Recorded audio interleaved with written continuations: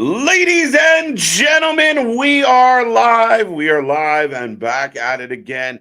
We are the Wrestling for Life Network. This is another live stream. We got all the action on a wonderful Thursday night. I hope everyone out there is doing well. We're going to get into some Impact tonight in a little bit. We already have MLW up as well, so we're going to talk a little bit about that. Plus, we got some stuff from Dynamite, all in news, more wrestling news, more rumors. We're going to get into all of it here tonight, folks. It's going to be a fun one. So strap in, strap on, grab your snacks, grab your feel good, and let's go.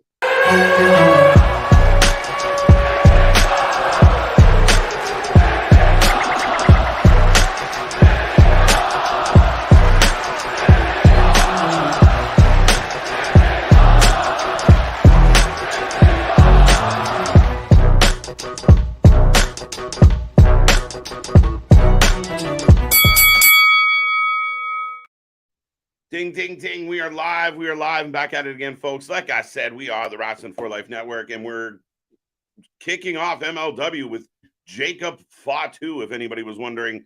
But we are live. We are back at it again. I see the chat filling up. Make sure you hit that like button. Make sure you hit that subscribe button. Make sure you become a part of the family, the Four Lifeies. And we're going to get into all the wrestling action here tonight. We will have some Impact. I will remind those who are already here, we're going to watch Impact at 8:30, commercial free on YouTube. So we're going to be a little bit behind as we go through all of that action. Like I said, I do have MLW up now, so I'll give you some play-by-play on that as well. But like I said, folks, I hope everyone out there is happy, healthy, and safe. Friday Junior in the books. We got a little bit of wrestling. Then we go into Friday. The weekend is upon us. A busy week, busy weekend here on the channel as we hit Saturday Night Collision. We're back for Sunday with the Multiverse 2 and Impact Wrestling against New Japan. It's going to be a good one. It's going to be a fun one. We're early on Sunday at 4:30 p.m. Eastern, so make sure you're around for that as well. And with that all being said, we're coming back all week long, right through the whole week, and we're heading into All In. We got Payback coming up. We got a Heat Wave next week. So much wrestling. There you go. There you go. But I will get to the chat in a moment and say hello to the folks. Hope everyone is doing well once again as we are kicking off the MLW show. Here we go. Here we go. But Steve G's in the house. Welcome back, sir. By the way, I haven't said this yet because I was rambling, but I am Mr. Every Night KJ White, the Iron Man of YouTube. And Big Nick says hello. Luna Havoc says hello. We got all your wrestling covered, folks. We're not going to stop. And this match kicking off right away as we get a Tope Samoan. Jacob Fatu wasting no time. Interesting. Who else is in the house tonight? Looking forward to Killer Kelly versus Savannah Evans versus Jessica Havoc, Damian, a triple threat. It'll be interesting. It's a weird night on Impact tonight. I mean, the marquee matchup tonight is Bully Ray versus Black Taurus. I mean, interesting. We'll see. Again, it is the go-home show, kind of technically, for the multiverse. Plus, they have Emergence coming up. Our very own Luna Havoc will be in the building for Emergence. So that's going to be a fun one. But welcome back, Damien. Good to see you. Also looking forward to Eric Young, Big Con. Yeah, that storyline continues.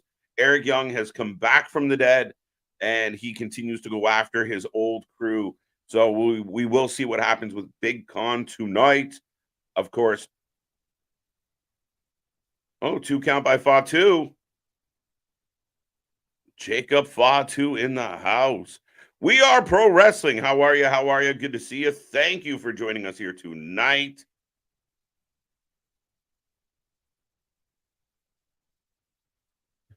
What's up, Chambers? How you feeling on a Thursday? Hope you're doing well, sir. Welcome back. Jack's in the house. Sup, buddy? Mulder's back. Good to see you. Liam, no Ring of Honor, KJ. Honestly, no Ring of Honor. I mean, I can peek at it and we can see. I'm just giving MLW a little spin. I haven't been thrilled with Ring of Honor as of late. I think Ring of Honor has very much become Ring of Honor dark in a lot of cases. And for that reason, little hesitant not to dive right back into it. MLW has been on Fight. We thought we'd check it out and see what was going on with that as well. So if there's anything cool happening on Ring of Honor and anybody's watching, let me know. Richard, welcome back. Hey, KJ, do you think Edge's comments today are a swerve to get people watching SmackDown to see if he retires, but he stays a little longer? Yes, I do, Richard. The way this has been kind of rolled out, I don't think it's his last match. I see all the AEW marks chomping at the bit. Oh my God. This means imagine Edge and Christian at all out, or all in. So I find it very interesting. I do not think he's going to AEW. I do not think he's retiring. I think there's more to this, and we'll see. In time, we'll find out. I don't think this is it.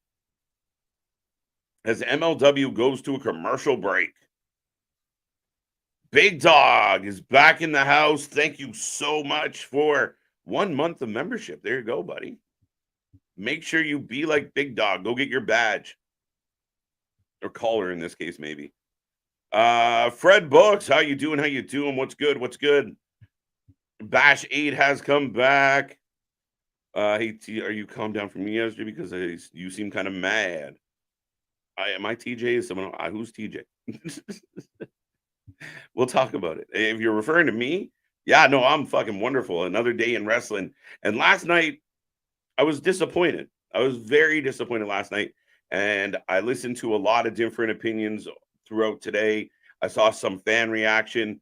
Of course, the diehard fans thought it was wonderful. A lot of people kind of came to the defense of, the whole Texas Massacre match. And I guess, we're waiting for Impact to start. And I can say that I didn't dislike the Texas match because Leatherface was there. I thought Leatherface being there added another element of bullshit. Now, I'm okay with the fact that every once in a while we'll get a little bit of that. But again, it's kind of what you advertise, what you brag about, and what you want to be doesn't coincide with the visuals we're getting. But outside of Leatherface, let's ignore Leatherface. That match unto itself with the people involved was garbage. It was horseshit. It was one of the worst matches in AEW history. It was sloppy. It was all over the place. Half of it was in a red light. Shout out Fiend, how you doing? But yeah, I mean, I wasn't mad. I'm disappointed because I've been a fan of that company. I'm a fan of AEW. And it just, nights like last night, I'm like, what am I watching? None of it made sense. Everything was the same. Every segment, every match we got had an aftermath, a brawl after the fact to set up an all-in angle. Because when you're inexperienced at booking, that's how you book an angle. And instead of doing it weeks ago and having some type of story with it, you just spot do it. I am mad. Now, I will say this. I am still mad. And I was hoping, our friend of all of ours, Miss Luna Havoc, it was pretty complimentary of what she saw. And I know her and I would differ on it. She's very much that Russo Mark who gets into the chaos. I don't mind a little bit of chaos, guys, but at the end of the day, it's not strong booking. And I'm totally mad and still mad that I'm going to have to see Jericho versus Will Ospreay. I think it's awful. I think it's horrendous. I don't think anybody could convince me otherwise. I'm definitely mad about that. But Damien, looking forward to Jacob Fatu versus Ricky Shane. That's going on right now with Raven at ringside. Yeah, Raven. Hey, yo, JV, what's up? What's up? Clay Lewis is in the house. What's up, KJ and Luna? I am watching NFL preseason. Philadelphia Eagles and Cleveland Browns. I'm excited for the college football season. Excellent, man. Good to see you.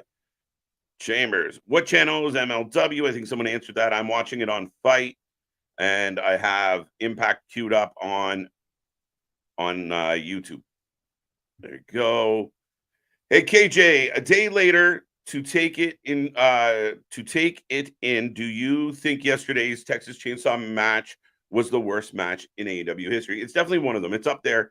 To me, it kind of, it's in that kind of vein of the exploding ring match, the nonsense they did with that. It's just, again, it just shows that at the end of the day, Tony can get mad all he wants about being called secondary.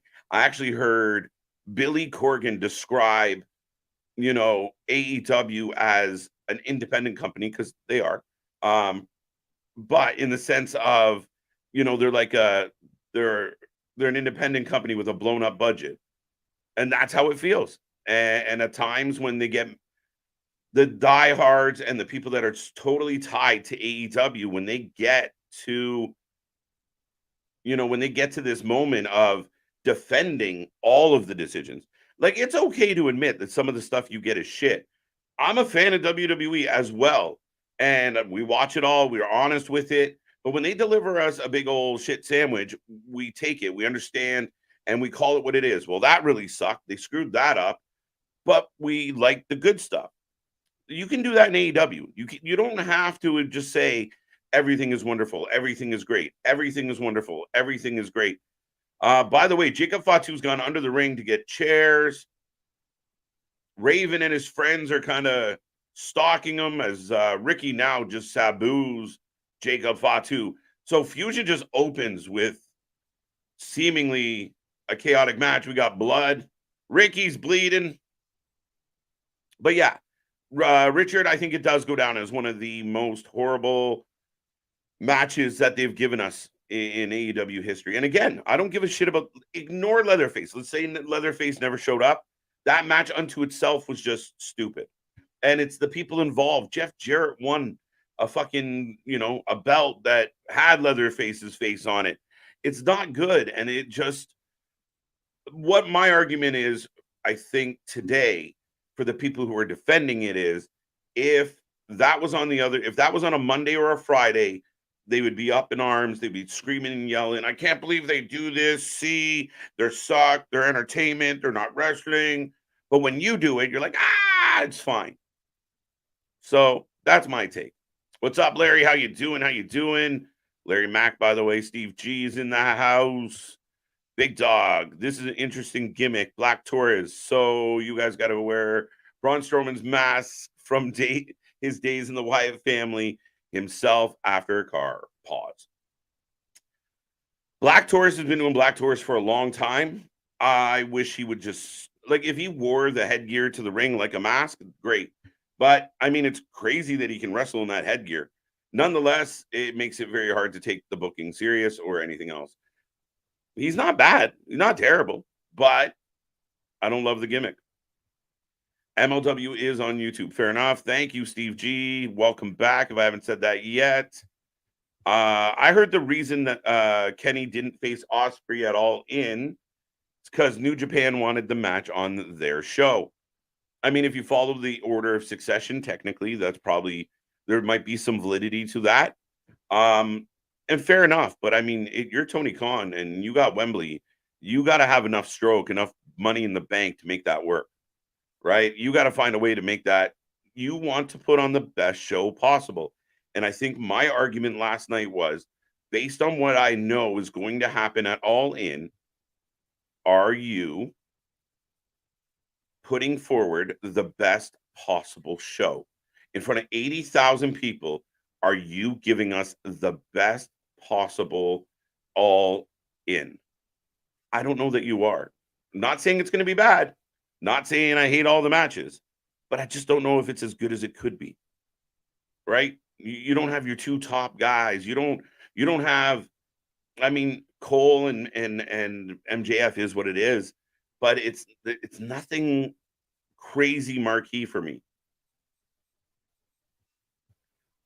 How would you rank these four? MLW, Ring of Honor, NWA, Impact. Shit. Mark, great question. Welcome back, by the way. But rank them. Impact's number one. Whew. Wow. Can they all tie for second? Can they tie? MLW was probably 2. And I'm going to say Ring of Honor is number 3 just because I like the wrestling better than I'm getting. And then NWA slid. Like, I've listened to that interview that Billy Corgan did.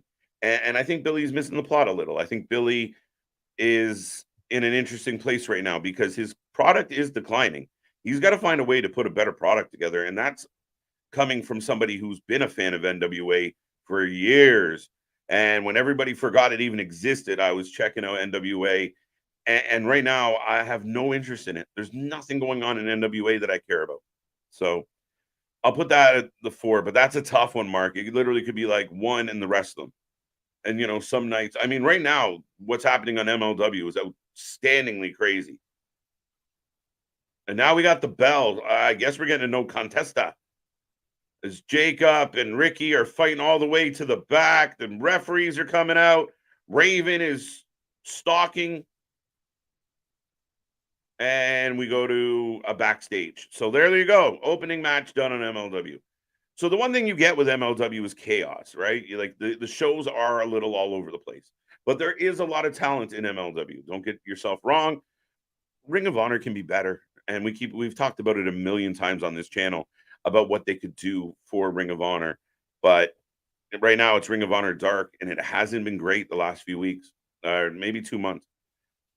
KJ, I did my homework. I got you the official JV All In pay-per-view booked card. I bet you did, buddy. I love to hear it. Liam, sup, KJ? I'm sorry. How you day been? Why you sorry? Why you sorry, Liam? Good to see you. Good to see you. Day's been wonderful, sir. No complaints. Who is your pick between Davey Boy Smith Jr. and Tracy Williams opera fine? I'll give it to Davey Boy. I still think they could have roped Davey Boy Smith Jr.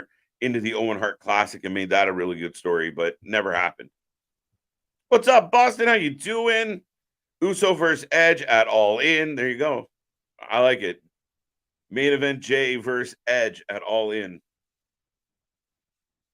What up, by the way? Mulder, how you doing? Do you think Lacey Evans will go to another promotion? I don't. I really don't. I mean, you've seen all the rumors and all the, her little comments about what she wants to do next, and that's her choice. I don't know if, could she go to AEW? Would she fit in? Would she get along?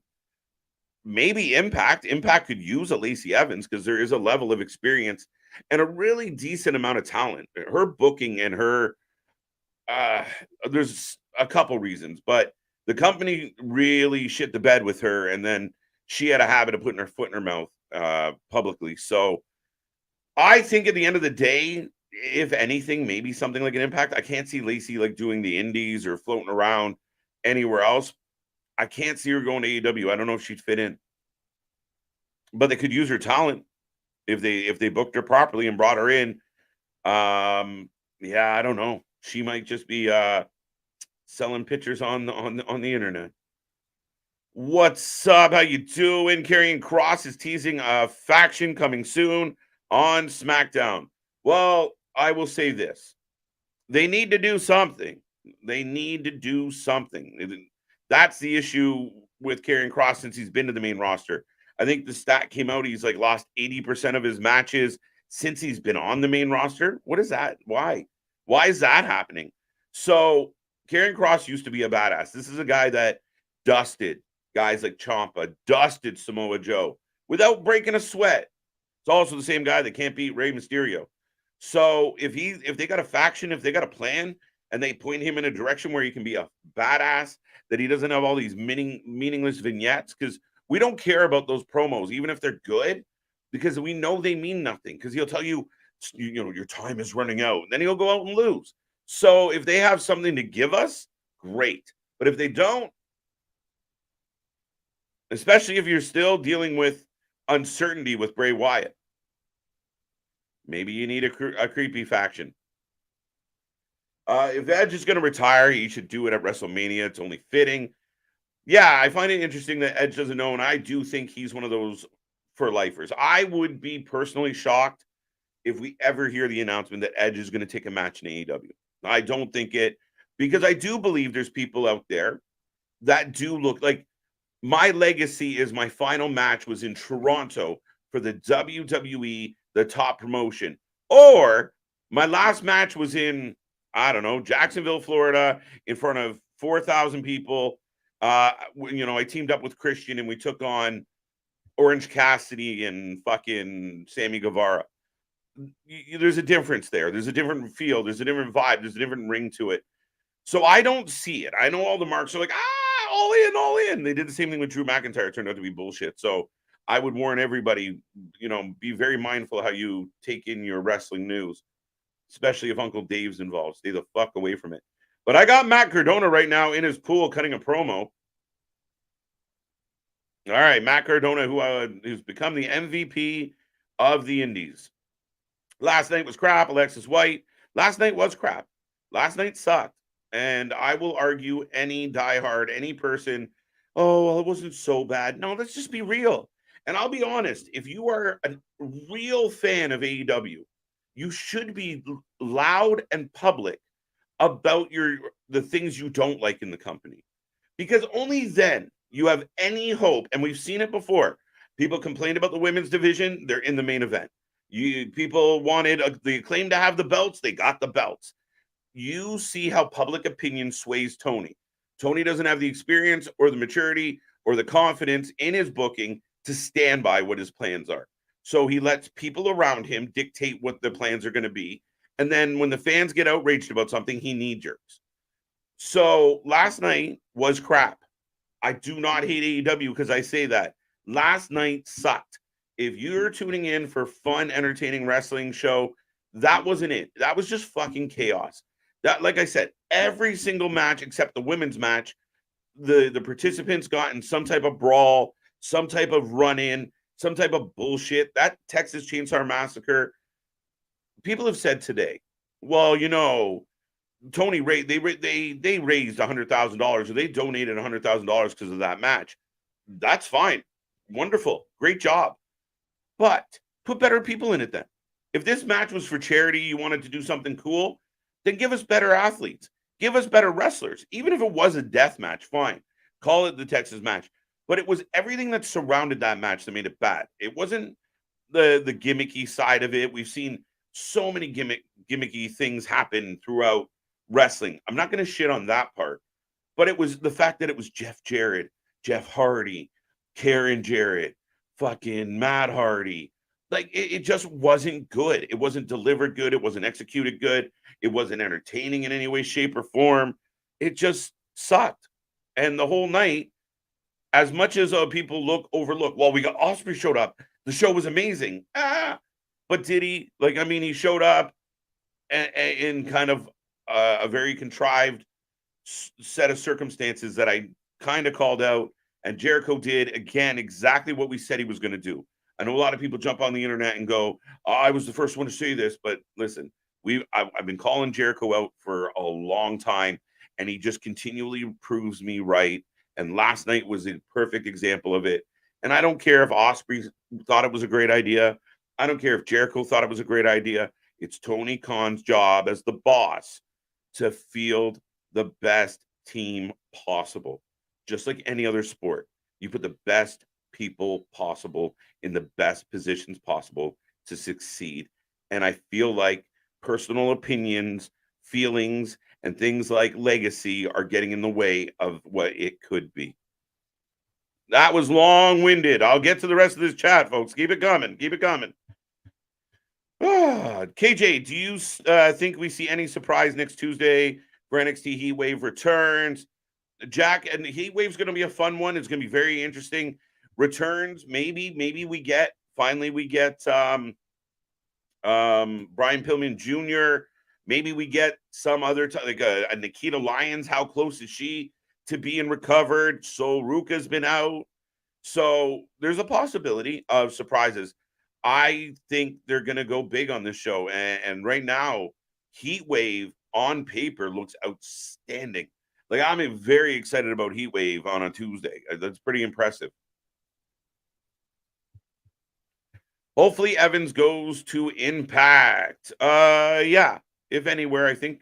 Again, Impact has had a bit of a changeover, so they could use some lost souls. They could use some new talent to kind of spice things up, get things a little more exciting, in my opinion. Big dog. Whoa, Leatherface, you can't be talking about that nut from you. No, it wasn't. I said the exact same thing last night Big Dog. I've seen Leatherface several times, and I'm like, I wonder if they tapped him for this. I don't believe it was him.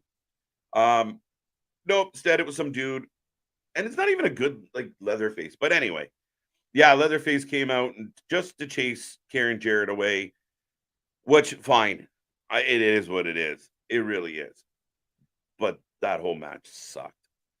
It was sponsored by the video game, The Texas Chainsaw Massacre. Yes, yes, it was.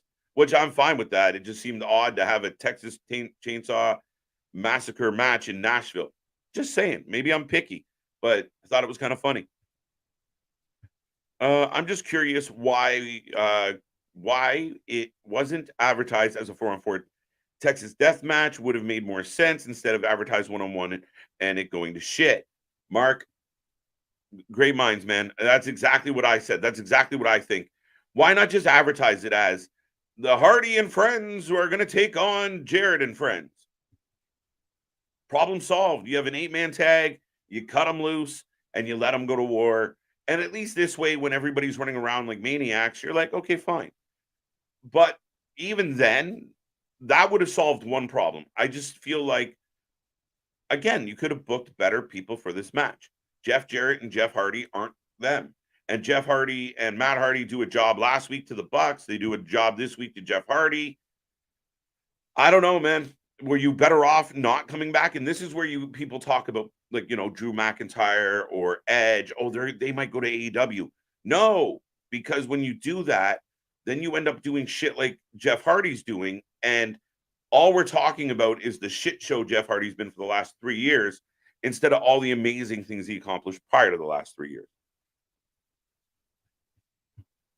AW last night reminded me of WCW. Exactly. Nick says it all the time, man. You're spot on. When Russo was there with little TNA Joker, Sting is show up last night, tease. He be that all in London. Yeah, I think he's going that way. I think the actual Joker Sting was my favorite part of the entire show last night, to be honest, which is maybe because I'm just a bit of a mark, for Sting and for Joker Sting. But yeah, I kind of just marked out on that part. But I do feel exactly what you're saying, that it felt very WCW. It felt very just all over the place, manic, like no focus, no direction, no, it was just, we need to get this shit in. We need to get this shit in. We got a pay-per-view in 2 weeks. We haven't told anybody anything. And I honestly do believe the delay in announcing was partly for probably 2 reasons. One, the inner politics of who's going to fight who. I'm sure that there was ideas in the beginning that changed, but I also think part of the delay was you knew if you announced Jericho Osprey, it would be like a month of people just bitching and complaining. Because even if you're an avid AEW fan, if you're the crazies of the crazies, the right wing of the AEW fans, then yeah, maybe you're okay with this match. But realistically, if you're being honest, as a wrestling fan, there's probably 15 other people that should fight Osprey before Jericho does in front of 80,000 people if you want to get the best out of Osprey. That's just my take. But it was very Russo. Very crazy. That's why Luna liked it so much. AEW Dynamite and Rampage make the ISWA look like WrestleMania. Funny, right? Like I said, you can get mad all you want at the idea that you're secondary, but the way you present yourself is not the same. It's not, and I get it. You're not the alternative. You're just not the same. It's super indie. I don't want another WWE. I just want a show that's done well and that can be sensible. And they're proving they can do that on Saturdays. Why can't they do it on Wednesdays? What up, Chris? How you doing? Welcome back. And I got Impact kicking off right now as we speak with a little bit of replay from last week. And MLW still rolling on as I'm getting a commercial for... I have no idea. Becca swinging a guitar like Jeff Jarrett. Speaking of Jeff Jarrett. Oh, you're going to be pissed that this is the only match I didn't touch. I had my own book all in card and the thought out the night, and I will give you the 10 card match or the 10 match card. Thank you. All right. All right. I still think this is something we got to do. Maybe part of our preview show. Who you got coming out of Wembley Women's Champ? Soraya. Steve G, I think it's Soraya. It should be Tony Storm if I was betting or booking, but I feel like it's going to be Soraya. I think they're going to give Soraya that moment. Well, but I really would consider Tony Storm. But based on Tony Khan, my guess, my thought, my gut feeling, Soraya. How could people defend the death match? Listen, they defend everything. I always get surprised when I see people kind of like, it's just what I find. I think Nick sometimes uses the word pole moving and pause, but that's kind of what it seems like. The measuring stick moves around all the time, right? If one company does something, oh, it's garbage, it's shit, and then the other company does the same shit or worse shit, and everyone's like, it's okay. And I don't know why the tribalism has caused people not to be able to go, oh, that sucked and that sucked, but that was good and that was good. But unfortunately, there's a collective that can't get to that point. But right now in the ring, I got Kylan King and Taylor Wilde. Kylan's going to be taking on Deonna Purrazzo, one of my faves, a lady that I'd like to see go to another company. No offense, Impact. But I think she's outgrown Impact. David, welcome back. My only problem with the Texas Chainsaw Massacre match was that they were in Tennessee and couldn't even bring Dangerous Doug Gilbert in for a spot. That's funny as shit. Right? Come on now.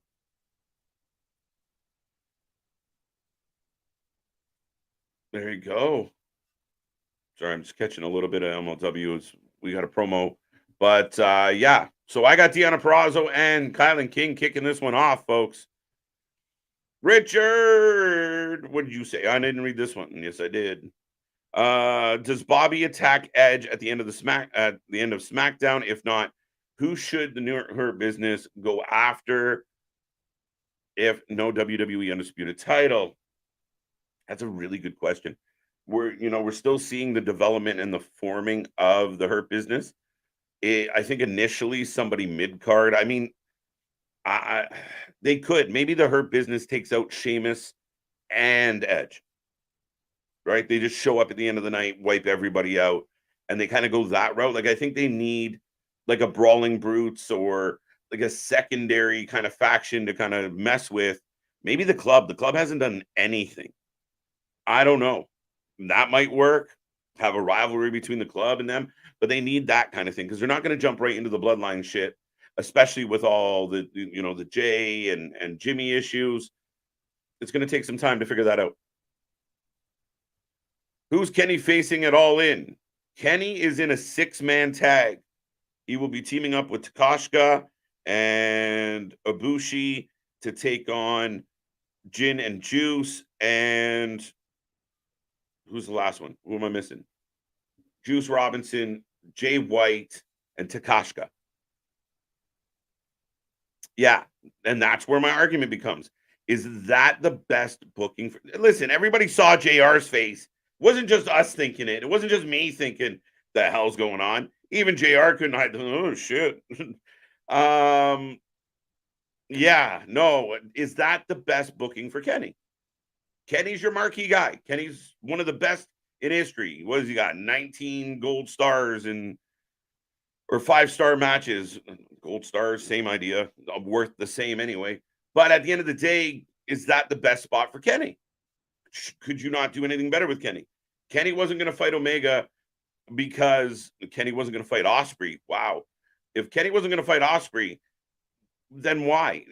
Okay, New Japan doesn't want it, blah, blah, blah. Fine. Plan B. Kenny's in a 6-man with 2 people that have been beefing with FTR on the other show. Takashka makes sense. So why not just go one-on-one? Why not make it that marquee matchup? Let Takeshita put himself on, in the record books. Let Takeshita get himself over as one of the upcoming keep your eye on talents. That's what I would think. Kenny versus Takeshita. No, we get a random 6-man. Why? Because we're trying to fit everybody on the show. Yeah, I got a lot to say about that. They should have done Osprey versus Jay White and Takeshita versus Omega. It was too effing easy, and Tony effed it up. Yeah, I mean, and I honestly believe that this is coming down to the locker room politics. And until somebody comes out and proves me wrong, I believe the biggest factor in booking all in is politics. I think if you could get Tony Khan in a room and you just chill with Tony Khan and you break out some vitamins and you're just sitting back and chilling and you look at Tony Khan and you say, man, who would you book with Will Ospreay? He would not say Chris Jericho. And even if you asked him, what about Jericho? Nah, Jericho couldn't do it. If he was alone and trying to be honest, but the world he's in and the position he is in is very WCW. The wrestlers have more clout than anybody, and that becomes a problem. So we're getting booking that doesn't maximize your value, doesn't maximize what you're offering your fan base. But right now, Deonna Purrazzo, by the way, is on the outside of the ring looking in as Kylan King is in control. Oh, no, she's hurt too. Both women rolling back into the ring. And also tonight, Bully Ray versus Black Taurus. Oh, by the way, that's a no DQ match later on tonight. Hold on tight for that one. Carmelo and Trick versus Sheldon, Gene, and Kenny King at Multiverse United in a perfect world. Yeah, in a perfect world, Chris. Not bad. Not bad shout. We don't like the Texas Chainsaw match. We don't like the Texas Chainsaw Massacre match, but know who did? And AEW is getting a lot of points for playing ball. WBD. Oh, Warner Brothers Discovery. Okay. That's a valid point. But does that not feel more like a WWE move, a Vince McMahon move than a Tony Khan, Rebel, we are the alternative move?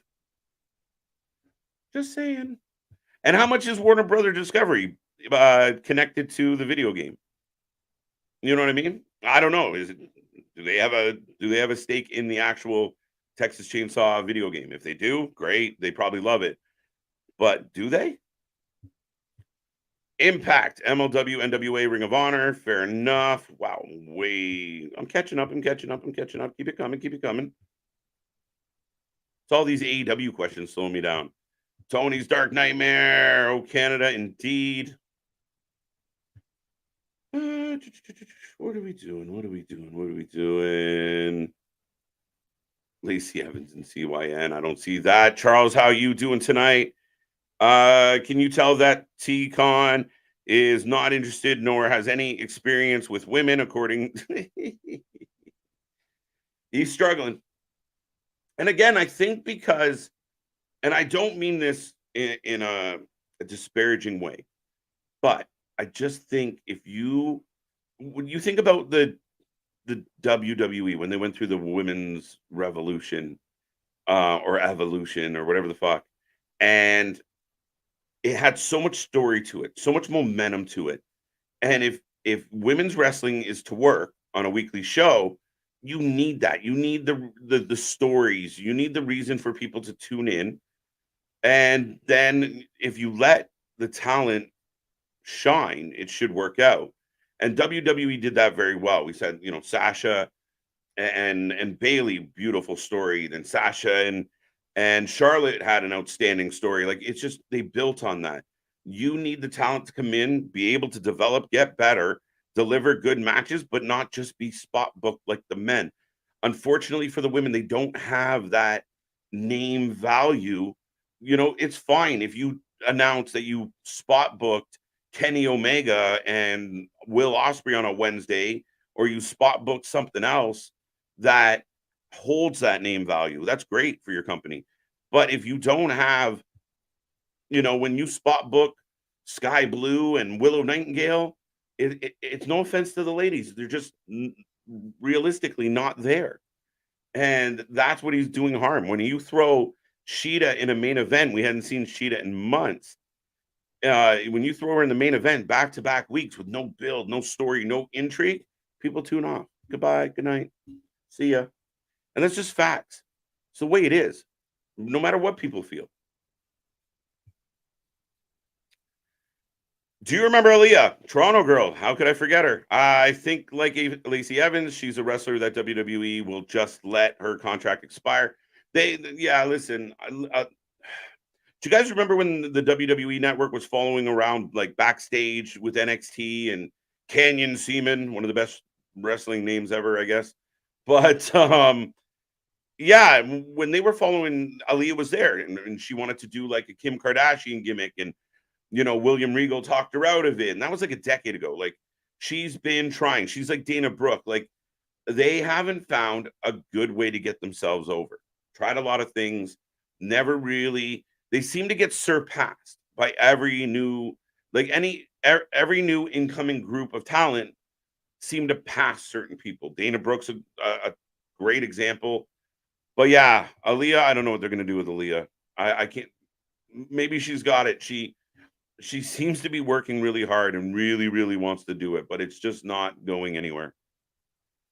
Lacey Evans, CYN, I don't see that. Right now, I got Kenny King in the back with Jean. And we just had Deonna Purrazzo go over Kylan King, if you're keeping track at home. One, Impact is most consistent. Ding. Ring of Honor typically puts on a better pay-per-views. Typically, ding. I'll give you that. MLW has good talent pool, but with limited production value. True. NWA is floundering and hard to watch. Also true. All true, Mark. Spot on.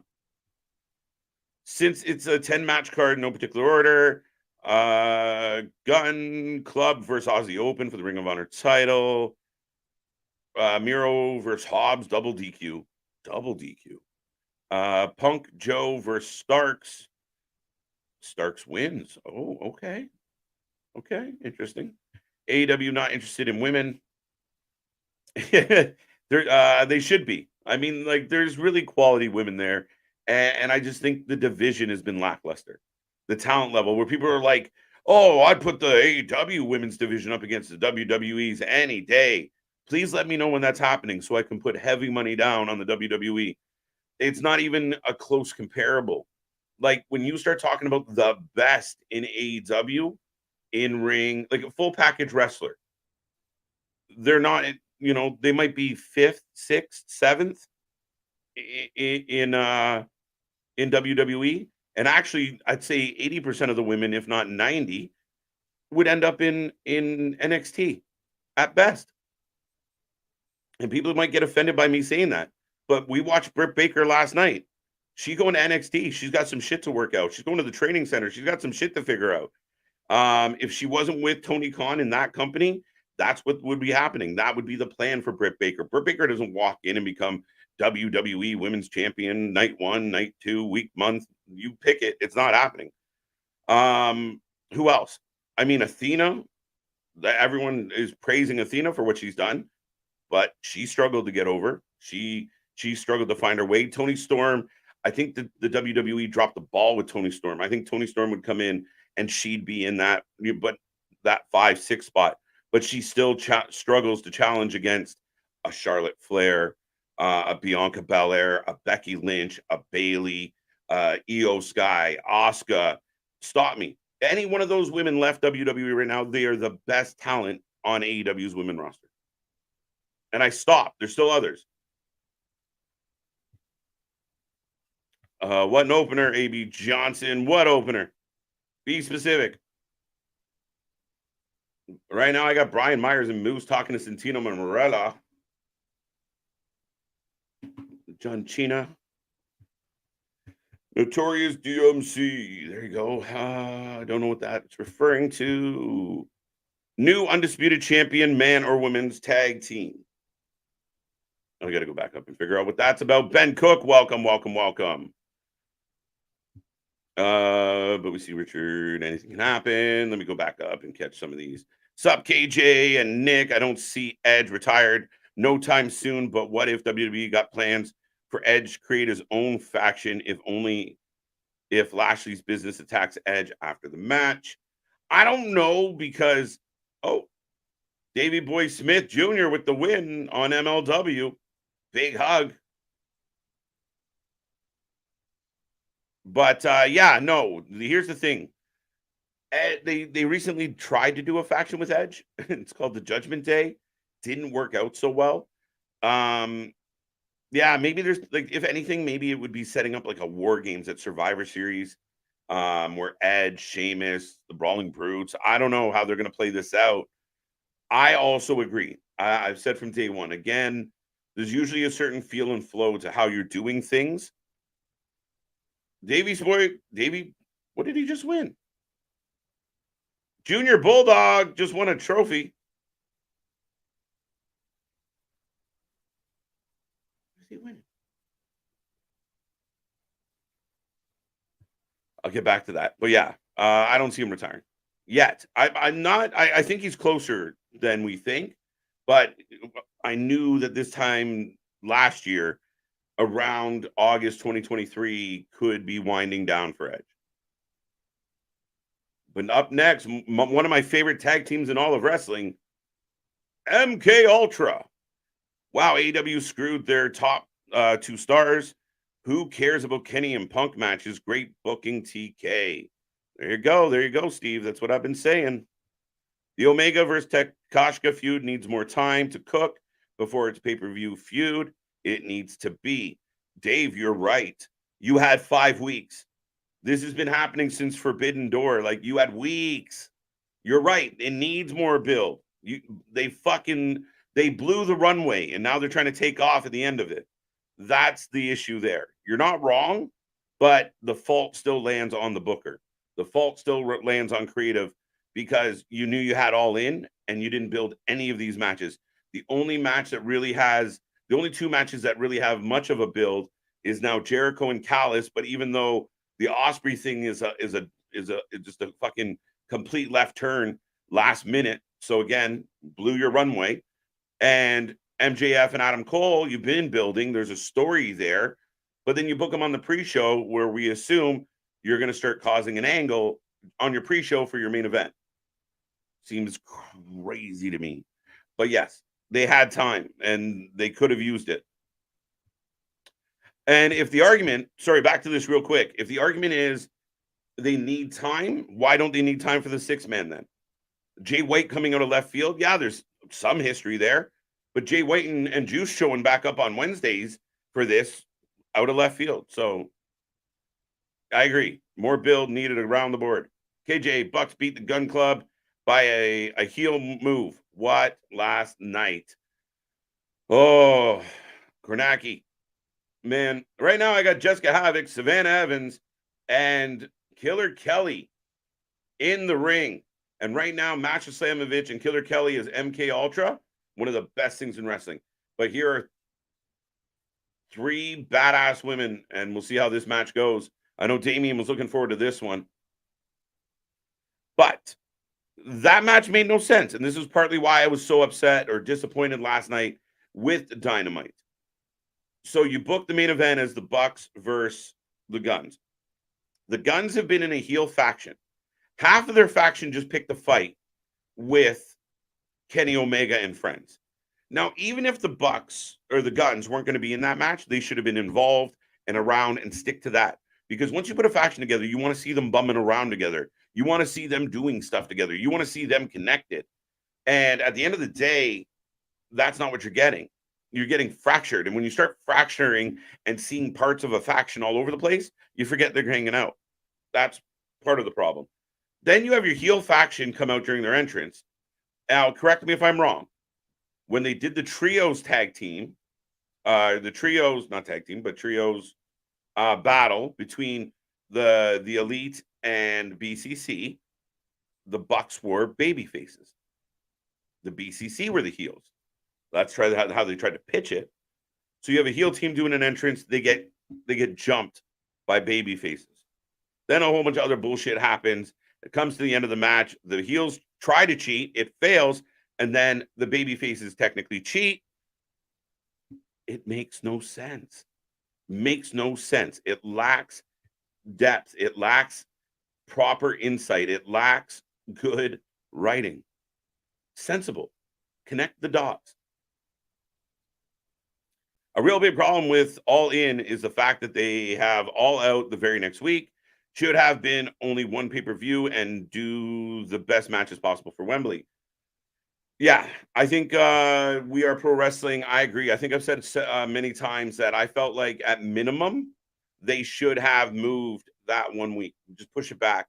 Not 1 week, 4 weeks, 3 weeks minimum, because then you give yourself a month. Even though it's a quick turnaround, at least you have a month. But if All In gets booked and you're going to do 80,000, you're going to put on your WrestleMania style show, MLW is coming to an end. That's so fast. All right. Easy peasy. But yeah, no, I mean, if you're going to do that, why not just make that your All In for the year? Sorry, All Out's not going to happen in Chicago. We're just going to do All In. We're good with that. That's all we get. That's enough. We're perfectly fine. Why not just do that?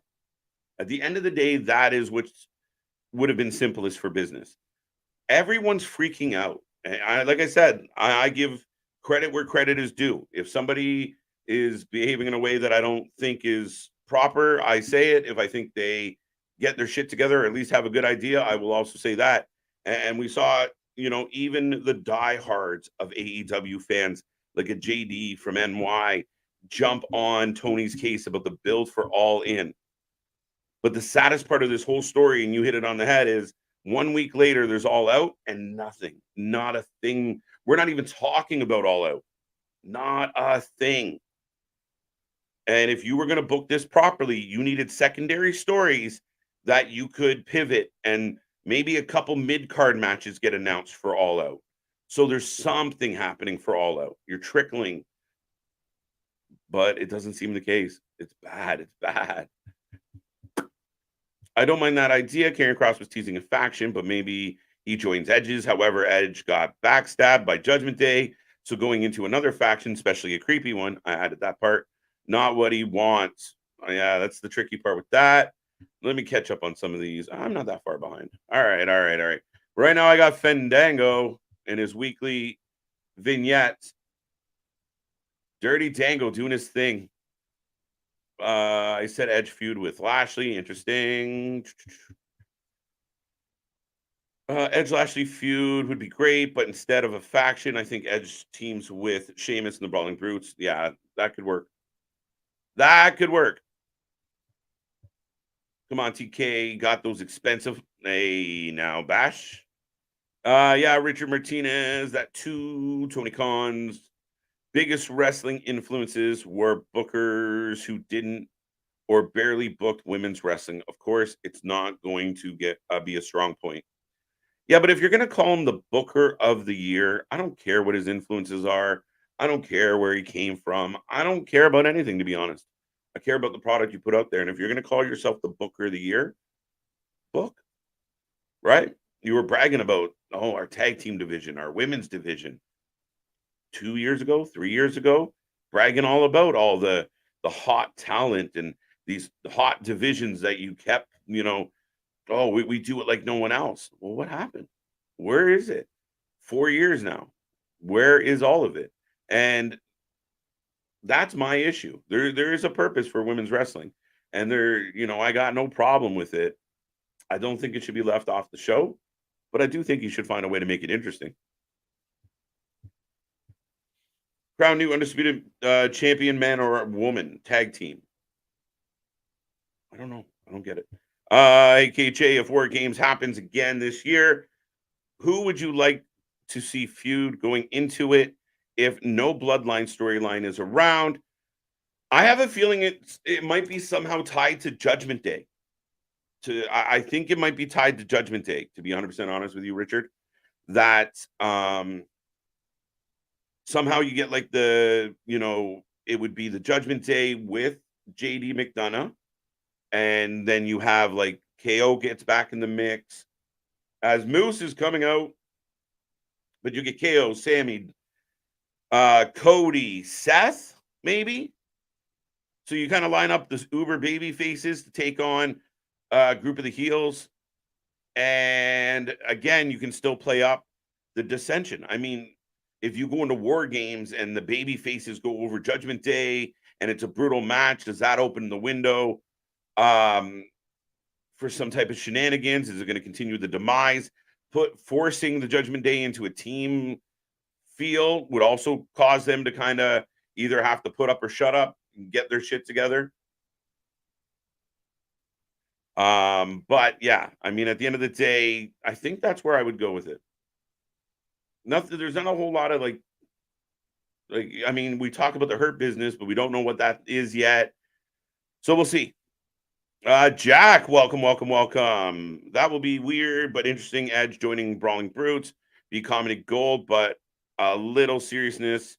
Fall it, KJ, LOL, be like when Edge group with Christian and Rhino and WWF. Yeah, I don't know how much it would stick or how long it would be, but this whole they built up this big friendship between Edge and Sheamus and showing personal photos and life is great and life is good. And so if they were to get jumped, then it would only make sense that, you know, friends would come together.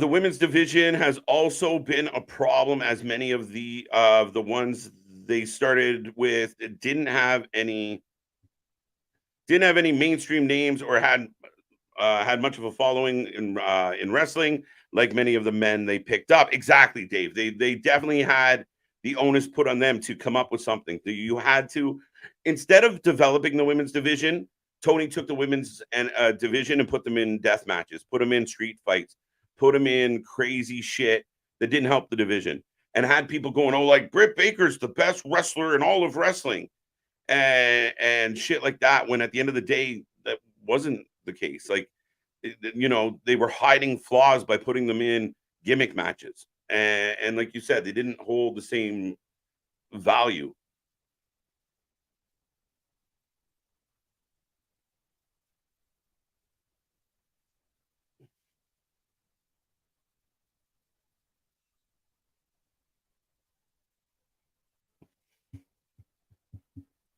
No way Roman loses. Hopefully, EO keeps hers for a while, but they usually play hot potato with all women's championships in the main roster. Yeah, EO's is going to be very interesting how that plays out. I hope she keeps it for a hot minute and it doesn't go anywhere. But at the end of the day, I have no idea how that one's going to play out. Roman, again, I still think we're destined for WrestleMania 40 and maybe beyond. Right now, who takes his place? Who sits on top of that throne and works and draws the way Roman Reigns does? That's the hard part. That's the hard position that WWE's in right now. Bully's voice was trembling. Yeah, wouldn't yours be trembling? Getting chased around by a dead man? Jacob, KJ.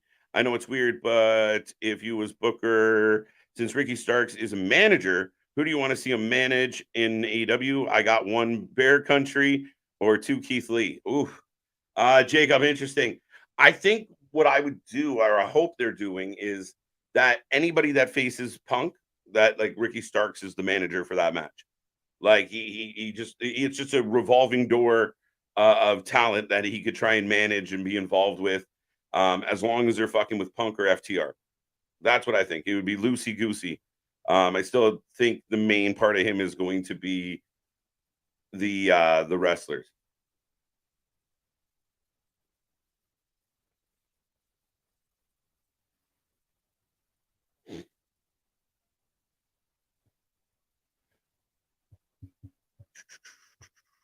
What else we got? Moose Nation. You gotta love Moose Nation. I gotta cheer for Moose. I'm Canadian. Just by nature, I gotta do it. Sheamus is going to lose to Edge. Then Sheamus will turn on Edge. Maybe. I thought of this, and I still thought, like, you know, there was a bit of that lean in at the end of the exchange between Edge and Sheamus, where it was like, I hope you didn't make a mistake. So we will see. Double count on AB says it happened. Assuming there is an official All In 3, where are we going? The Tokyo Dome in Japan, Toronto Sky Dome in Canada, Rogers Center, Estadio Azteca. I imagine, would they not just try and keep going back to the honeypot? Would they not try and revisit Wembley? Would they try and conquer another market? Would they do like a Tokyo Dome show? This way everybody gets bonus stars from Meltzer. Does Moose get hazard pay in Canada? I know you've asked that before. I like it. He's got to duck a lot. Poor guy. I hope we get more interaction with New Japan regularly. The fact that there is already another multiverse show is really cool. AB, I agree with you, man. I like these crossover shows. And again, I think you can do a crossover show without it taking away too much from your weekly show. I think we saw at times where, we didn't get a great build to Forbidden Door 2. It was tricky to figure it out. But I do love, like, from a fan standpoint, it's great. It does cause some issues as far as your booking, trying to time things and make them make sense without taking away from your week-to-week show. But the more, anytime somebody wants to cross over, if people from NWA want to show up somewhere, or people from MLW want to show up somewhere, or Impact, I'm all for that. I'm all for those surprise pops and those swerves and those holy shit moments. Sup, KJ? If War Games coming, do you see a Team Rhea versus Team Raquel and maybe Lyra and 2 more of Raquel, Gandis, and Indy Hartwell? Jason, interesting question. Interesting, because I'm stuck on who would fill all the spots without it all kind of being kind of thrown together. You got Raquel, like you said, you got Candice, Indy. I mean, I'd much rather not have a women's War Games if we're putting weaker talent in the War Games. That's kind of my take on that. It's never going to go well, and it's just going to water down what you get for War Games. If they had some type of plan, I just don't know who would be with Rhea. Like, do you have enough women to pull this off unless you have, the Beckys, the Charlottes, the Trishes, maybe not Trish, but your top talent involved. It's interesting. I wonder how many folks here watch Impact with you, judging by the comments. Many of us don't. Dave, it would seem that not many are watching along, and this kind of is the Thursday trend. I will say this. We used to do on this channel, Thursday nights was our Rumble night, where we just get on and ramble. That's kind of what it still is. Like, we do have Moose taking a drop kick to the face right now. But, yeah, I mean, it's Impact. It's got a smaller audience. We're one of the only channels that cover it live. But, yeah, I don't know what to tell you. Curious. I agree, KJ. I don't know how we build War Games this year. Damage Control is down to 2 members. Maybe Team Trish versus New Stars. Maybe.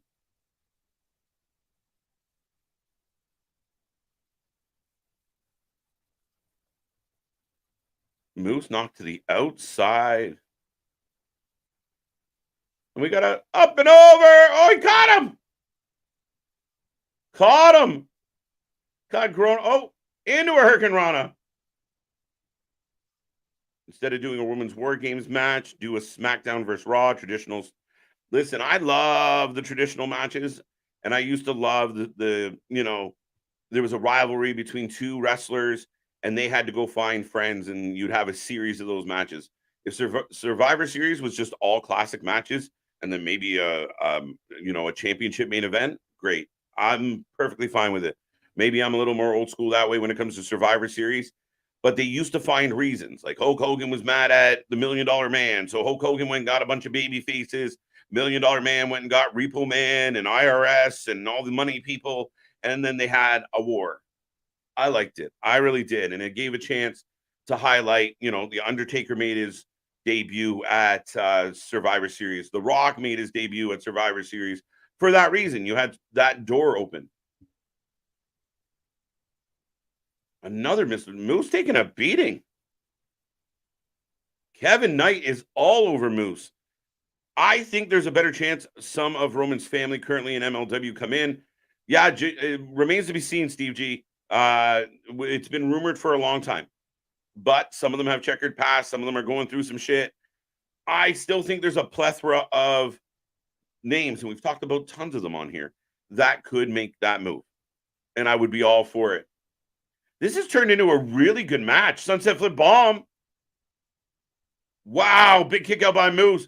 Kevin Knight taking Moose to the limit. Sting made his debut at WWE Survivor Series. Yeah, AB, I'm with you, buddy. What a match. Kevin Knight putting on a show right now. Taking Moose to the limit. I like it.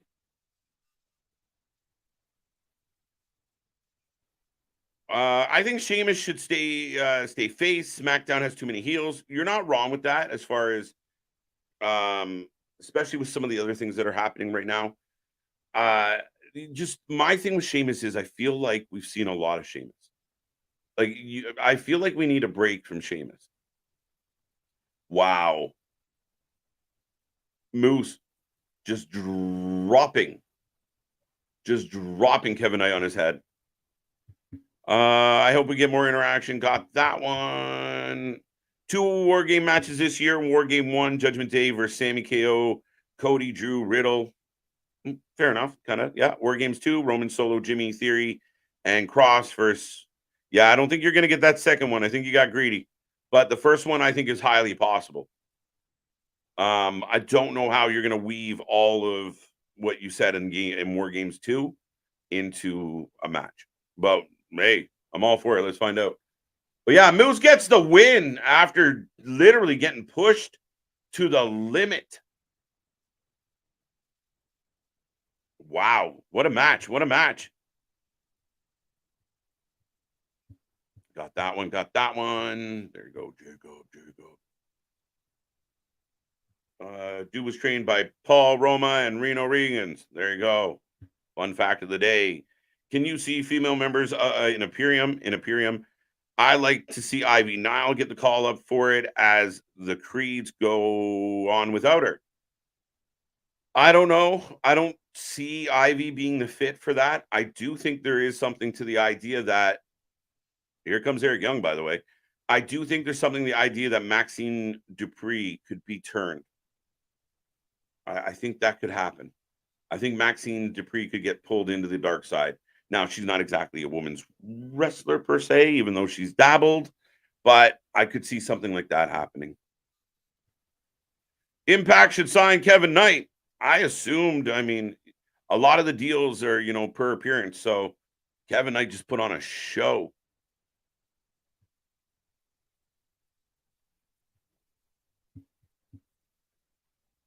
This is crap. I can't stand on Impact, but it makes me laugh.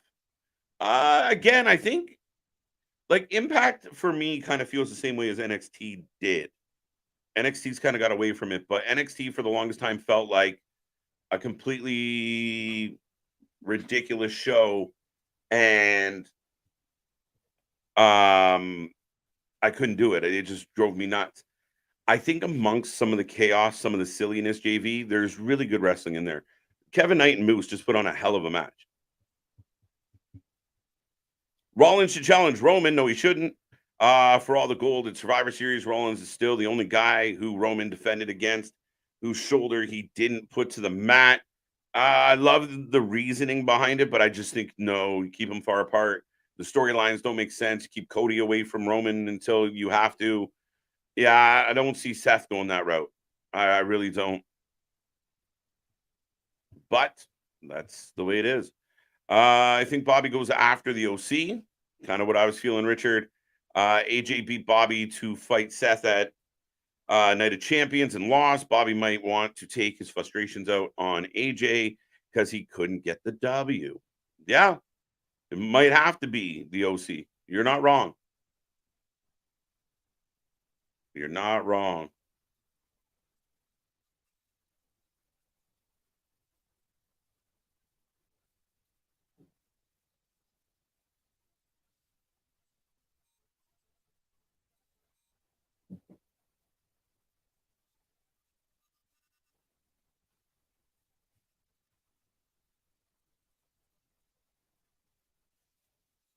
like a man gravity didn't remember if of some sort. Out of context for me on that one. But I don't see it. I see Rollins defending his championship. Otherwise, no man defending the main man's championship. Yeah, I'll take that for what it's worth, Steve G. But yeah, no, I mean, I think you're going to continue to build the storylines within Raw's champion and SmackDown's champion separate. You're not going to have them crossover. You're not going to have them. I think you don't need that. Even the old traditional our champion fights your champion. It's not that rivalry right now. The draft is clearly soft.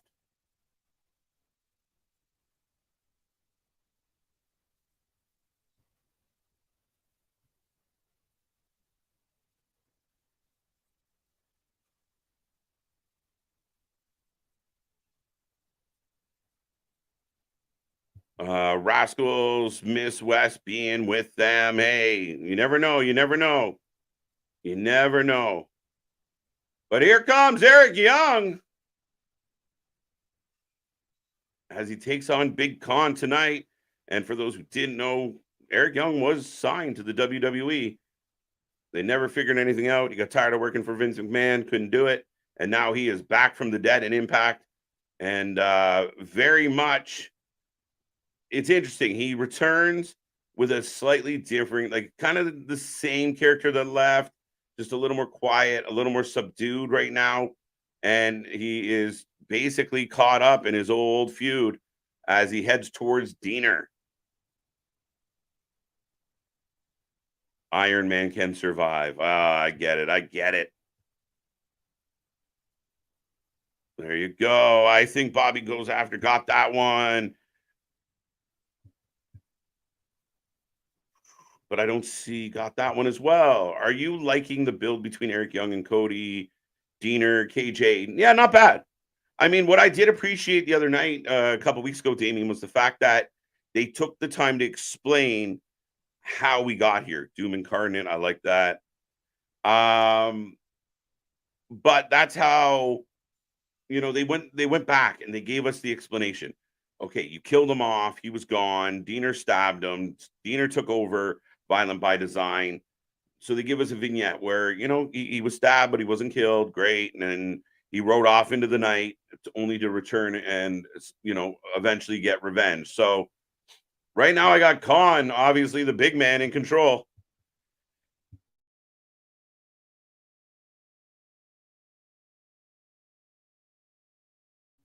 Bless me, folks. Bless me. Sorry for that. I think Eric needs a partner. Who would you pick? Ooh.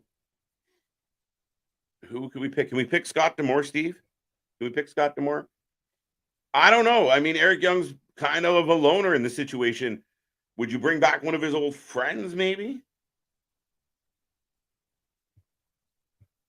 Does the Rascals win their match and get an Impact? Yeah, I think that's where it's supposed to be heading.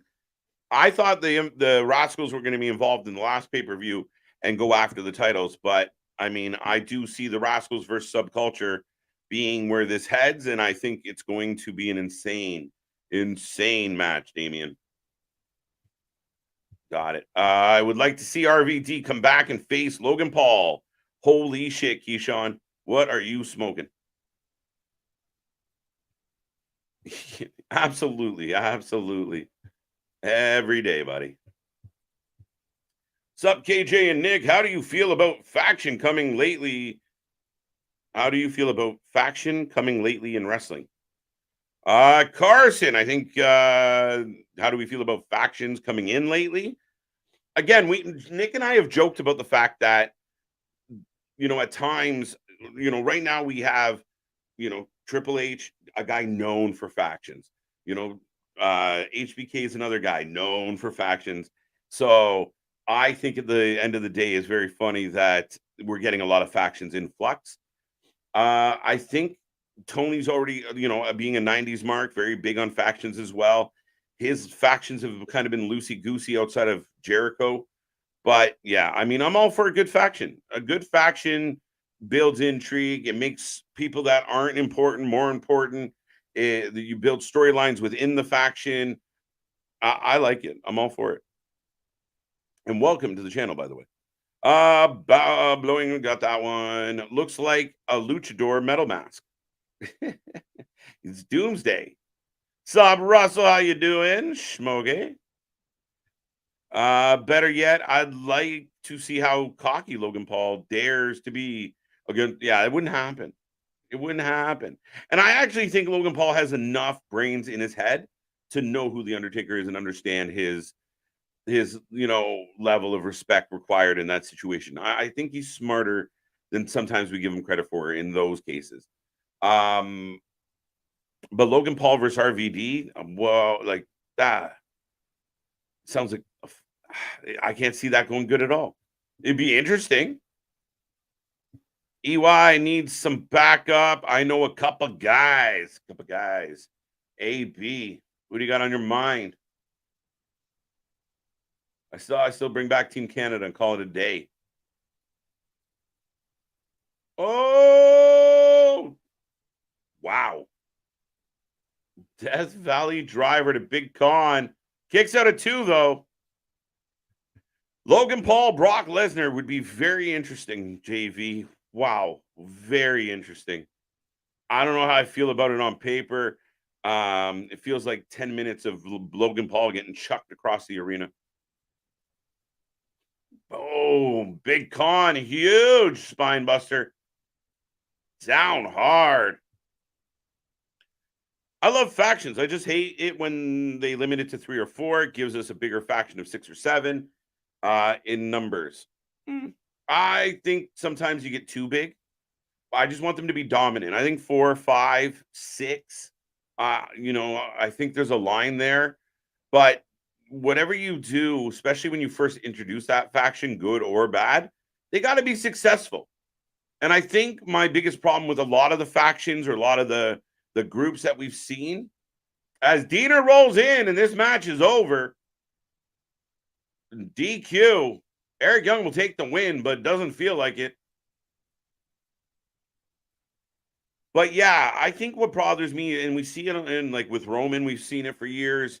Now we get it with Imperium of it's like one really good wrestler, and then what you perceive as their lackeys who just lose all the time.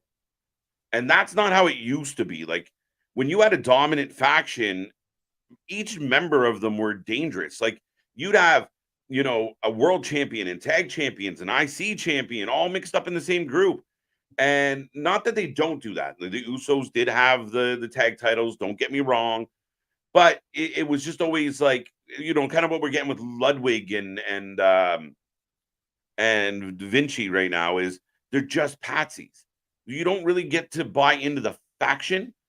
It's just the leader with support. If I'm making any sense on this one. I was just thinking that what if Logan Paul faced Brock Lesnar? I do not see a world where Brock Lesnar agrees to do a job for Brock Lesnar.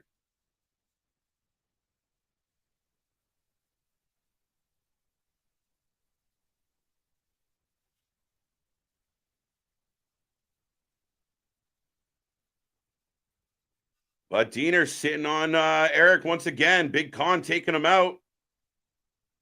And we are moving on. But Violent by Design in control right now. As everyone's favorite Impact couple, Joe Hendry and Yuya Uemura.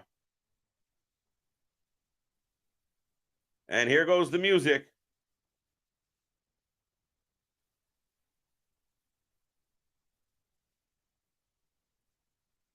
So now we're getting a little vignette. I got to hear this. I got to hear it, folks. We got to talk about it.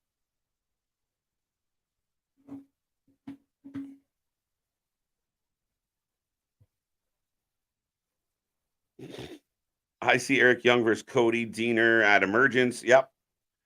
I could definitely see that's where it's heading, especially now. I mean, again, people are noticing that maybe Eric Young needs some help. What is this? So we got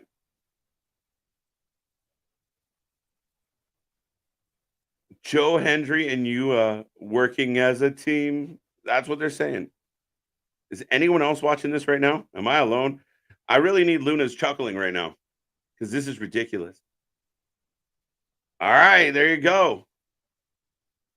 And we're back to Crazy Steve, who's been doing these interviews about his life. I really like what they're doing with Crazy Steve right now, guys. And I know Luna and I talked about it over this week. She's a big fan of Crazy Steve, and now they're building.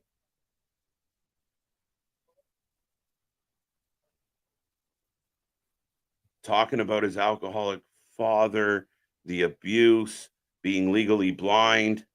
They're giving such a real element to Crazy Steve, who's just been a crazy dude for years and years and years. The design stinks. I don't. They didn't stink even after Eric Young left. The design, I mean, Violent by Design himself were great. Then Diener, I thought, did a really good job, and then it just kind of fizzled. But I feel like Impact's been in a bit of a funny position as of late. And it's kind of, they go through ebbs and flows. And right now, I feel like they're in a bit of an ebb. They're trying to rebuild some stuff. And in the meantime, they're relying on people like Bully Ray, Kushida to come in and kind of stir up things with name value as they're building other characters and other people.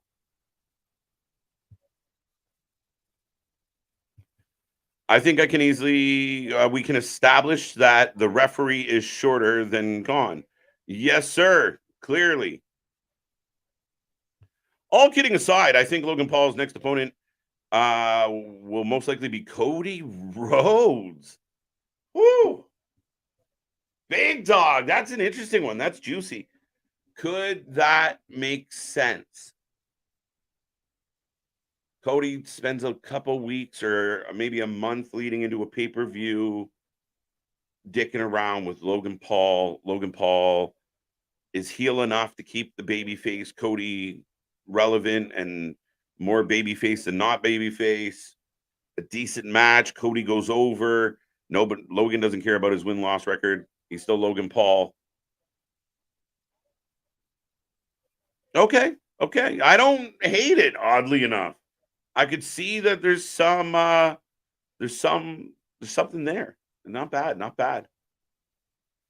Jack says, this is Crazy Steve. Remind me so much of Mankind 1997. I agree, Jack. I like it. I think it's not bad.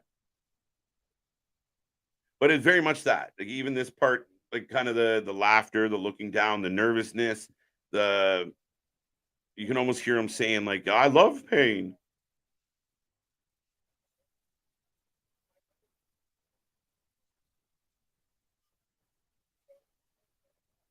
He's talking about how his mom took her own life. Whoa.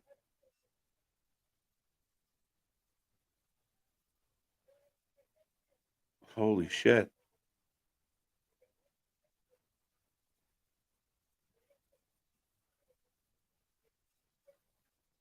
This is intense, guys. And this is the crazy thing about Impact is you could watch like an hour and a half of just complete nonsense. And then they'll give you something unbelievable. And I think this is great. His name, and he appears, I believe in Joe Hendry and Yuya. Don't forget Yuya. Only give Paul more followers on YouTube just for wrestling Cody. Or vice versa, Chambers. I think it goes both ways on that one. KJ, your thoughts on Logan Paul wanting to form a heel team with Dom? Very interesting. If there's any truth to that, I mean, that's just heat on heat on heat. Like, again, Dom's a good guy to be around if you want to get booed. Logan's a good guy to be around if you want to get booed. Them kind of working together and fucking with people, that's a high level of heat. High level of heat.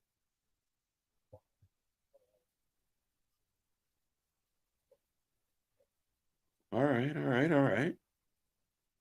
Sorry, I'm still caught up a little bit here in Crazy Steve, folks. To be concluded next. Or not next. I added the next, but next time. I hope her business gets bigger. They shouldn't be a trio. Hopefully MVP, Omos, Shelton, Cedric, and maybe Bianca joins. Richard, I agree. I think her business could have a chance to have 5, 6 bodies. I love the idea of Bianca being involved. Kind of going back to her heel roots, NXT days, where I thought she was a really good heel. I think she's a better heel promo than a babyface promo. Now, I don't know about Shelton and Cedric. Almost an MVP could work, absolutely. Yeah, I mean, if you have a big conglomerate, let's go. Let's stack them.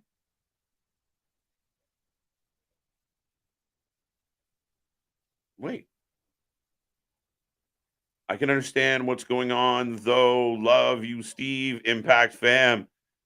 Yeah, you know what? It's just Steve. Literally, now we're gonna get the conclusion of what Crazy Steve is letting out, but Crazy Steve, for the first time, is telling his story, growing up blind, legally blind, and going through an abusive family or having an abusive father.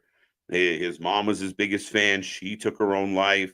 You know, they literally are peeling back who this guy is. You know, he's talking about, I come to Impact. They wanted me to be a clown and make everyone happy, but I wasn't happy. And oh, wasn't Cody on Logan Paul podcast, KJ? You got a story right there. There you go. There you go. He was. Here comes Bully Ray. A no DQ match, and he's got garbage pails in hand. Sucks Edge's last match tomorrow night. Chambers, hold on tight. Generally, again, for Edge to come out and say out loud, yeah, Friday's my last contractual match, or contractually obligated match. Yeah, for that to go public the way it did from his mouth, that makes me think it's not his last in-ring performance. You see what I mean? I don't know if we're done with Edge yet. I'm not convinced until it literally trickles out that way. I won't believe it. That's a gritty interview, artist. I'm with you, man. I was all for that. I've been a fan of Crazy Steve for a while. Ding. Yeah, I had to convert Luna. Now she can't get enough of the guy. Side note, are you guys coming? Pause. We got Ray Phoenix versus Commander tomorrow night on Rampage. Yes, we do. That will be, yeah, here we go with another Commander match. Here comes Black Taurus. No, the funny thing about Black Taurus is he's jacked. He's a big dude. Yet he's wearing a helmet. I just wish he would take the helmet off, but it's impressive that he hasn't got himself hurt, caught a horn on the mat and broke his neck. And we start off with a spear. This right after Joe. No one was ready for that. Yeah. Impact needs Su Yung back. Yeah, I keep seeing her on social media. What is she doing with her life? You guys going to be in Philly next year for a live cast, maybe? Listen, if the stars align, yeah, really, it'd be friggin' wonderful, sir. You never say never, artist. But right now, at minimum, we will be right here with all of y'all. The whole Crazy Steve thing reminds me of how they were showing Lacey's life story. I hate I feel bad for me. Please, there's a difference, JV. And I think somebody earlier in the chat, I know somebody earlier in the chat mentioned the fact that it was very much the Mankind. I'm telling my story. He doesn't want your sympathy. It's not woe is me. There's a bunch of sad shit in there. Stacy was doing the American Idol. I had a horrible life. Please call in and vote for me to win the fucking trophy. That's the difference. So I like what we're getting with Crazy Steve. It's not a pity fest. These feel like, yeah, there you go. AB's with me. Logan Paul and Dummy Dom pause the Kachahada Wade. What the hell? Kachahada May. It's actually trying to read that in actually seeing it. That's hilarious. Out of that mess, choke the shit out of that mess. That's what I'm going with, buddy. Logan and Dom. Yeah, I'd be bringing two forces together in a big way. If her business becomes a 5+ member faction, I can see them headlining War Games. Very possible, Richard. Very possible. Dom doesn't need Logan at all. No, not at all. This is not a need, and I don't think Logan needs Dom. I think it would be a matter of like the evil superpowers coming together.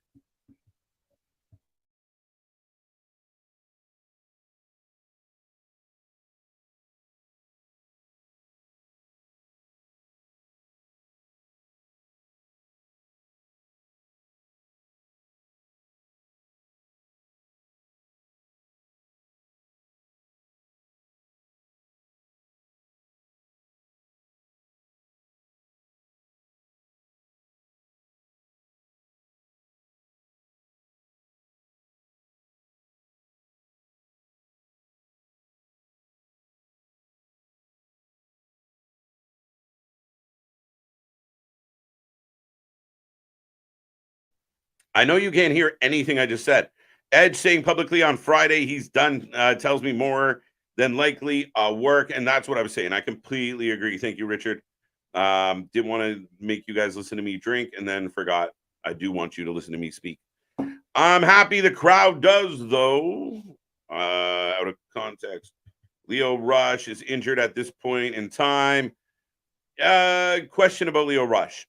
Maybe wrestling is not Lio Rush's thing. Yeah, he's a nifty little fast parkour guy, but he's in the ring with big men and he tends to get injured a lot. And he's also retired a lot for a very young man. Bully with his fingers in Black Taurus's eyes. And there's no DQ match. So I got chairs, ladders, garbage cans, and chairs. Oh my. What else we got? What else we got? Yeah, thank you. Bully. Watch that be the headliner for Survivor Series. Logan Paul versus Cody Rhodes, or maybe Royal Rumble. KJ, you're muted, dude. Thank you. Thank you. Thank you. I hear you. I hear you, KJ, guys. I hear voices in my head. It's KJ. He talks to me. He understands. Also, we have Sammy Guevara in action tomorrow night, and Sky Blue, Hikaru Shida versus Tony Storm and Ruby Soho. Again, it's Rampage, and we've said this before. We will be here live to cover it, but I mean, it is what it is. We'll see how this all plays out. See if it makes any sense or helps build the story for, Wembley. But a Rampage has been not cared about by Tony. It's hard to care about it as a fan. Bully for the win. Yeah, if you want to. Be right back. Pause for the cause. Have fun. Doing the botch move again from last week. Bully, an ECW original, is afraid of death match with PCO. Yes. Yes. I don't care that he's an ECW original. You're going up against the Canadian Frankenstein, the closest thing we got to a dead man in wrestling nowadays. You should be afraid of PCO. They've set him on fire. They've killed him multiple times. We had Vincent having to electrocute him back a life couple. It's PCO, man. I don't care where you used to wrestle or what kind of legend you are. PCO is a threat, is a problem. Edge throwing Sheamus a bone since Sheamus has been verbal about his frustrations or not only Roman, but how WWE derailed his momentum from his match versus Gunther. Do you guys find it very interesting? We've had KO, Sammy, Sheamus, Finn. I'm trying to think of anyone else. I know those four. I feel like I'm missing a couple. We've had people literally come out and talk about their frustrations with things like that. And Bully Ray gets the win. And he is purple. Purple. Bully Ray's face looks like somebody has a handful of his satchel. Pause. He is purple. I'm happy the crowd does, though. Su Young and Bend on a tag team. Yeah, Abaddon we haven't seen do anything. I haven't even seen her on Ring of Honor. What did that say? Also on Rampage, Aussie Open versus Isaiah Cassidy and Ethan Page. Why? We don't know, but who cares? For the Ring of Honor tag titles on Rampage. So Your main event of Wembley, biggest show in wrestling history, according to you. Your main event is going to take on a team that you're booking on Rampage. There he is! PCO in the house! Oh. KJ, after this match, sorry, I thought we were all caught up. My bad. I don't know what you're talking about. Oh, I see what you're saying. I got you, Steve. No sells the table shot. There you go. There you go. There you go. Yes. There you go, Steve. I'm with you. So it goes back to what I was saying, KJ. No, one outside the bloodline benefited from the bloodline storyline, and the fact that they turned Jimmy on Jay proves it. Still inaccurate. I get people are frustrated that they didn't get what they wanted out of it, but again, for that period of time, they truly did elevate and bring new light. The only way that a Sammy would be like, man, I really, really wanted WrestleMania main event was if he had been in that storyline to be in consideration. Prior to that, he would have just been happy fighting Johnny Knoxville again, getting caught in a giant mousetrap. So we do have to put it in perspective. You can't always get what you want. There can only be so many champions. And the only disappointment I have is that Sammy and KO, granted, KO recently got injured, but prior to his injury, hadn't done a lot as champions. I would have really liked to see them kind of revamp the WWE tag division and make it more valuable, especially with them running it. But the rumor is DIY is coming back. That should help. But Kazarian and Eddie Edwards, again, this rivalry continues. Last week, Frankie hit Eddie's wife in the face with a kendo stick.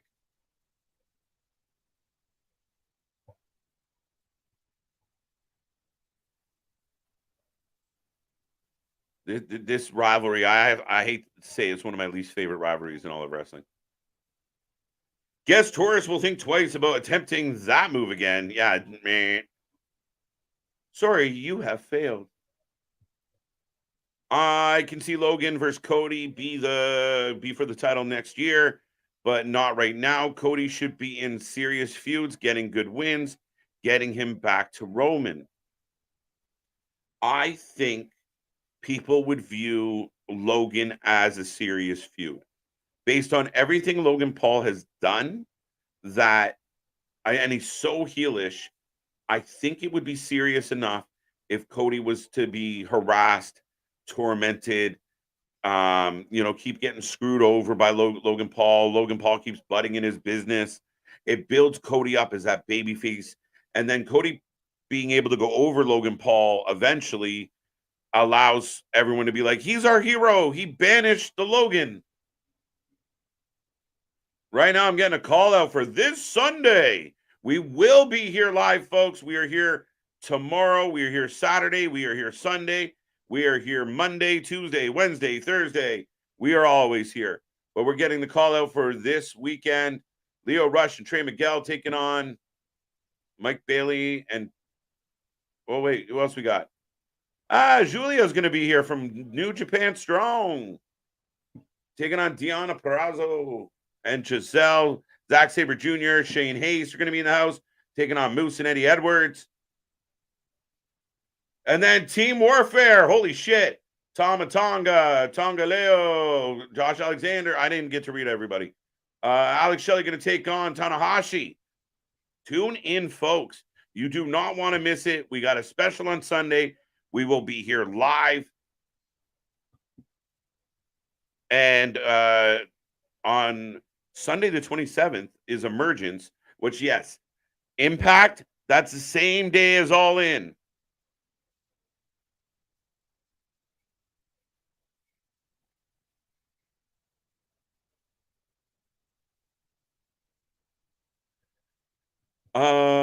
Killer Kowalski grads. There you go. There you go. Oh, okay. Next week's shaping up a lot better. Diener's taking on Laredo Kid. Brian Myers taking on Alex Shelley. Remember, we're heading towards Impact 1000. Has spoken Sammy is definitely not as over as in January, but I like their tag matches with Pretty Deadly and Roman Solo. Their injuries are hurting their tag team reign. Yeah, the injury's definitely been a factor. 100%. I agree. I feel like we could get a little more, but if you're bringing DIY into the mix, I honestly think that Imperium is an underutilized tag team. We rarely see Imperium do a tag team match. Often we've seen them lose when they do have one, but I think Imperium is one of the best tag teams going, period, in the business. And I don't think they get used to their extent they could be. So there are some options within the, and of course there's always, let's put these two together. Whether it's Shinsuke and Jonah or whoever, you have options.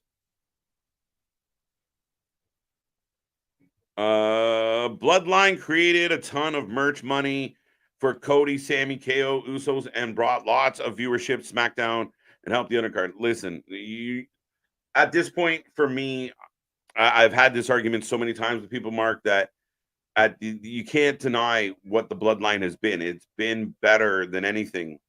And it's not their job. Like Austin wasn't out there trying to get other people over. Austin was out there trying to get himself over. The Rock, same thing. Like they to me, those alphas, those top dogs are doing that way. The Roman's not trying to get himself over, but also worried about, well, how does Sammy going to look? Like it doesn't matter to him. You can lose to the champion and still keep yourself over. Again, it comes down to the creative and how deep they can go and make it make sense. But at the end of the day, the Bloodline is what it is. Ratings and everything else were dialed right in. Here comes Sammy and Rich Swann. Speaking of odd tag teams. Hilarious. Without Sammy, the Bloodline doesn't go over as they were when he was in it. You're not wrong, but without the Bloodline, Sammy doesn't get back over. Sammy becomes the conspiracy theorist guy making a movie that never comes out, and Sammy floats around the mid card till eventually he wanders off to something like Impact or AEW, and that's it. So it's twofold. It takes two to tango. What's on Sunday? Sunday is Impact versus New Japan in the Multiverse United 2. We will be here live, 4:30 p.m. Eastern Time. We'll also be here on Saturday. We got lots to watch on Saturday. Lots going on Saturday. But yeah, so make sure you hit that like. Make sure you hit that subscribe. Stick with us, folks. Hey, KJ, I saw the video giving me this idea. What do you think of Cardona and Myers returning to rejoin Edge, but then turn on him as they were his disciples in 2000? Not bad. I like the idea a little bit. I mean, I could be sold on it. I don't think it's quite out of the realm of possibility. You'd have to get, Myers over from Impact, but beyond that, I mean, I still think that if you're bringing Matt Cardona into the mix, Cody Rhodes is the guy that Matt Cardona has to fuck with. That's my opinion. I think that there's history with Cody and Matt. I think that Matt Cardona, the heel that he has become on the indies, if he could be that heel for the WWE, he could be your top heel. And he could really rival a top babyface. He really, really could. Shelley versus Myers world title. Yes, absolutely. As Rich and Sammy hitting the double kicks. Feature presentation. Thank you. How I see the Roman bloodline story, I see it as a family affair and no other outside of their family can look in. Yeah, that's pretty accurate. I think they put that, in the bloodline idea, right? But again, that's the story is supposed to be that way. It's not their job to get everybody in the company over. And again, as Smile Mark pointed out, they helped boost careers. They help revitalize careers. They help make people relevant when they weren't as relevant. So you can't just look at it as, well, and then they didn't win who knows? Maybe next year Sammy wins a major title. You don't know. We don't know what the plans are. And just because of right now, he's like, oh, I'm really bummed out. I didn't get to win the title at Mania. Well, sorry. But if Sami Zayn had won the title at Elimination Chamber or WrestleMania, the ratings, the views, the clicks, all of it would be less than what we've had with the Bloodline over the last little while. It's just the way it is.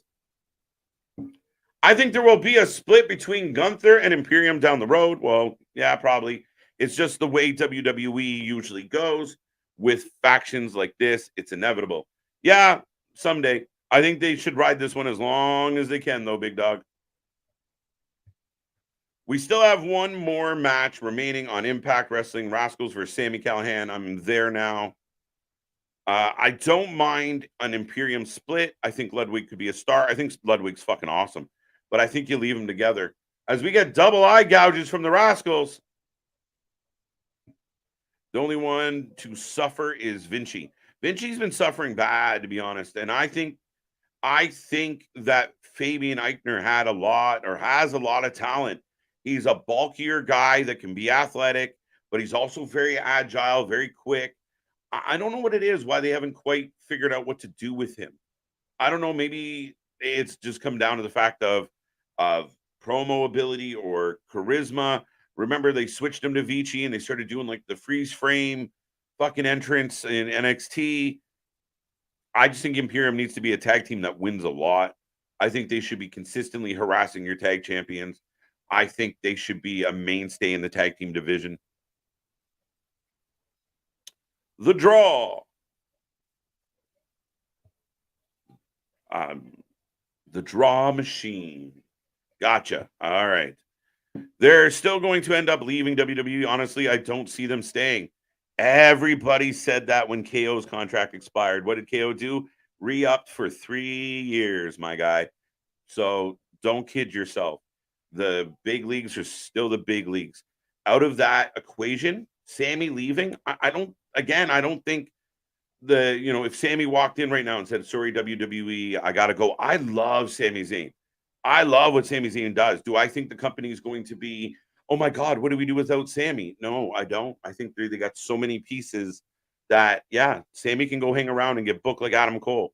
I don't think they're worried about that. And a lot of times we've thought, well, they're definitely going. Kevin Owens was getting booked like complete shit, and he still re-signed because of stability, because of the paycheck, because he knew what he was getting.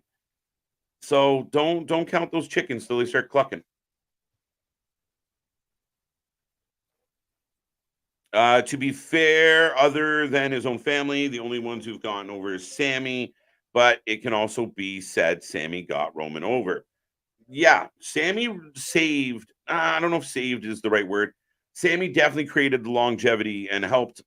Every time we've kind of gone through cycles with the bloodline, such a long story, there's been these spikes in the interest rate. Sami was one of those spikes. He wasn't the only one in the last 2 years, but he was a big one. And we all loved what Sami did. Sami being a part of the bloodline and being, honorary Oos was outstanding. Do I feel like they maximized what they could have got out of it? Maybe not. But I think that's where we talked before. The WWE is they have a plan and they're going to work their plan. And they're going to try and get the best out of their plan that they have.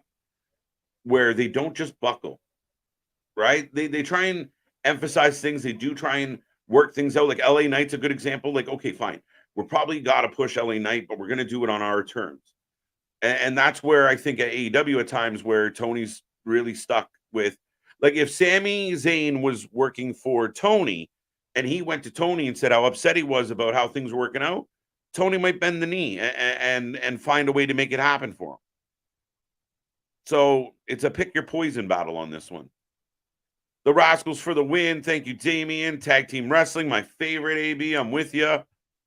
Cardona and Myers have too much independent success to go to WWE currently, and their toy line and podcast would be a conflict in WWE, I feel. Well, here's what's changed in the game right now, Smile Mark, and Cody Rhodes is a perfect example of that.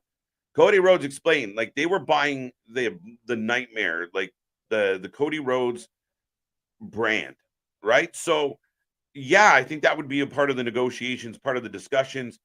The WWE, especially as some of the creative and such have moved into Triple H, are more aware of current things.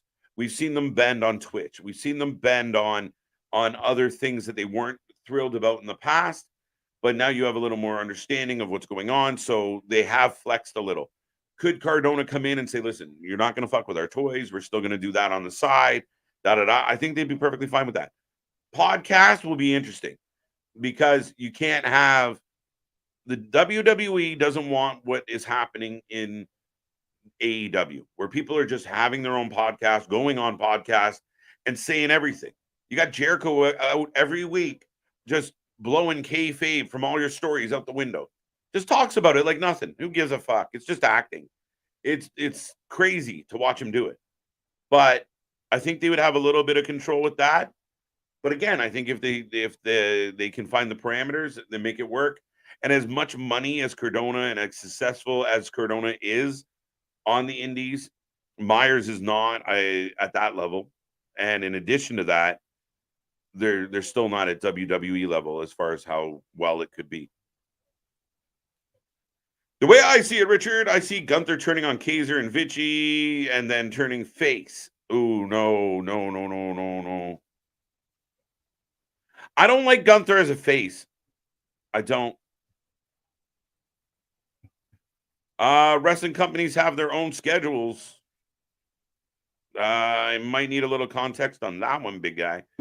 Listen, it's not Sammy's fault. He was the conspiracy theorist. It was what they gave him. So you can't have both, JV. If the conspiracy theorist was given to him, and you can't blame him, then the bloodline was also given to him, and you can't give him the credit. You see what I mean? So if he gets to be the conspiracy theorist, but he's so good he could get it over, but it didn't get over, you can't have both ways. You can't, not hold the accountability the same way in both directions. Faction split is the easiest story to tell. I think that's why WWE always leans that way. Yeah, lazy booking. That shout out to Big Jim. But they generally go the easiest ways, and a lot of times, look, we see it every Monday on Raw. No main event announced. Somebody starts the show. A couple other people come out with microphones. That's your main event. 6-man tag team, whatever. That's where we're going with this. Oh, wait. Oh.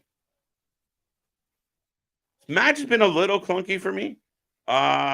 Who's advancing here? I got Rascals advancing. But Rich Swann and Sammy have surprised me.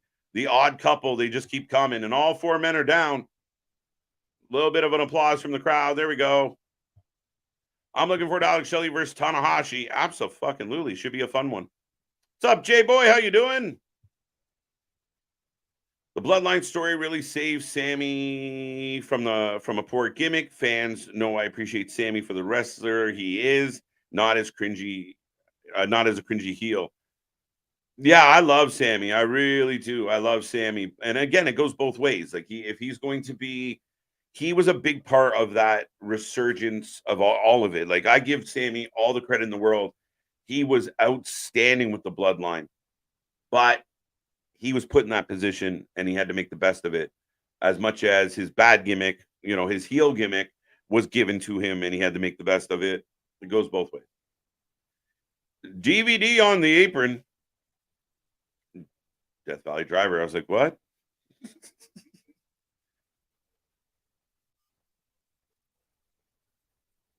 We get a tag. After all that chaos, it always blows my mind when we get a tag. Oh, we're getting a V-trigger.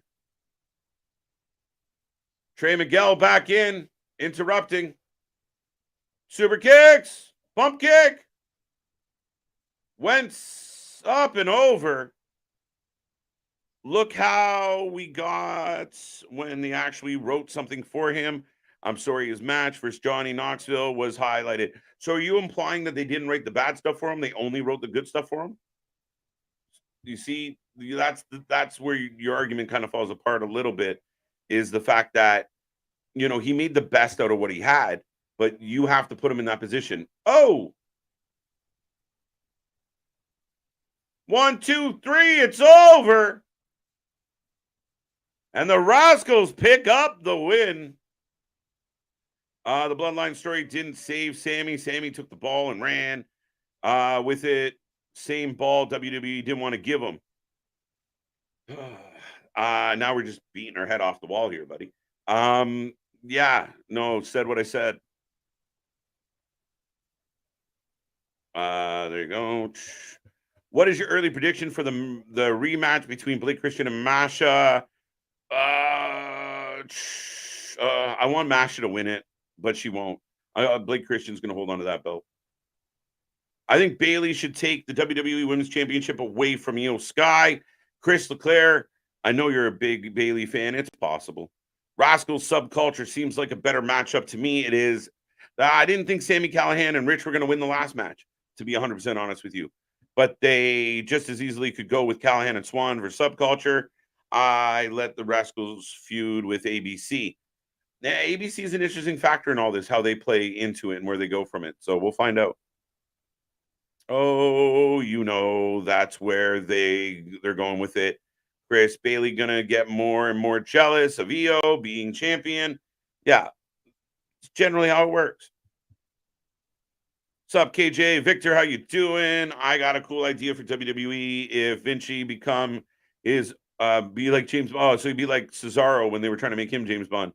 And Maxine become the valet. All right, okay. They kind of tried stuff like that, but not quite. But let's wrap this up and get towards the door as Impact has come to an end. But I like Imperium, though. Yeah, leave them together for a while. We're too quick to want things to die. I'm not getting back into that. That is Callahan's weakness. The catchphrase pause gives him opponents an opportunity to counter. It's interesting that, yeah, you think you'd learn better. Sammy and Swan for the win. And sorry, Chris. WWE could, and if you guys want to give me a prediction out of 10, I know there's not many people hanging around right now, but if you did watch Impact, I am all ears. KJ Kaiser and Vici turn face, not Gunther. Oh, okay, that's better. But even them, they all feel heelish to me. So it'd be very interesting. Now, could you run Ludwig like a Rusev Day, like a Matt Reynolds type gimmick? Yeah, probably. Make it a very babyface move. Maybe. Artist WWE should write that check with Myers Cardona in a minute if they wanted them, but they don't. They want creative control of all their talents. Yeah, that's the dynamic, right? When you have these established people, and it's going to be an interesting thing because I do think as more AEW contracts expire, we will see it work both directions, right? And I think at the end of the day, you're going to run into these situations of people are very used to running their own shit, and then you're going to get into the machine that is the WWE. Some people hate it. Some people thrive in it. And like I said, we all thought Kevin Owens was as good as done with the WWE, and he jumped back in real quick. But beyond that, again, it's really curious to see if the WWE can't get what they want of the talent, do they want the talent either? So again, double-edged sword on all accounts.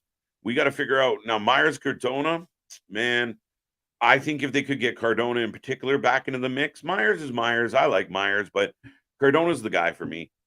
Four Horsemen, DX, NWO, Evolution, Bloodline, all the same.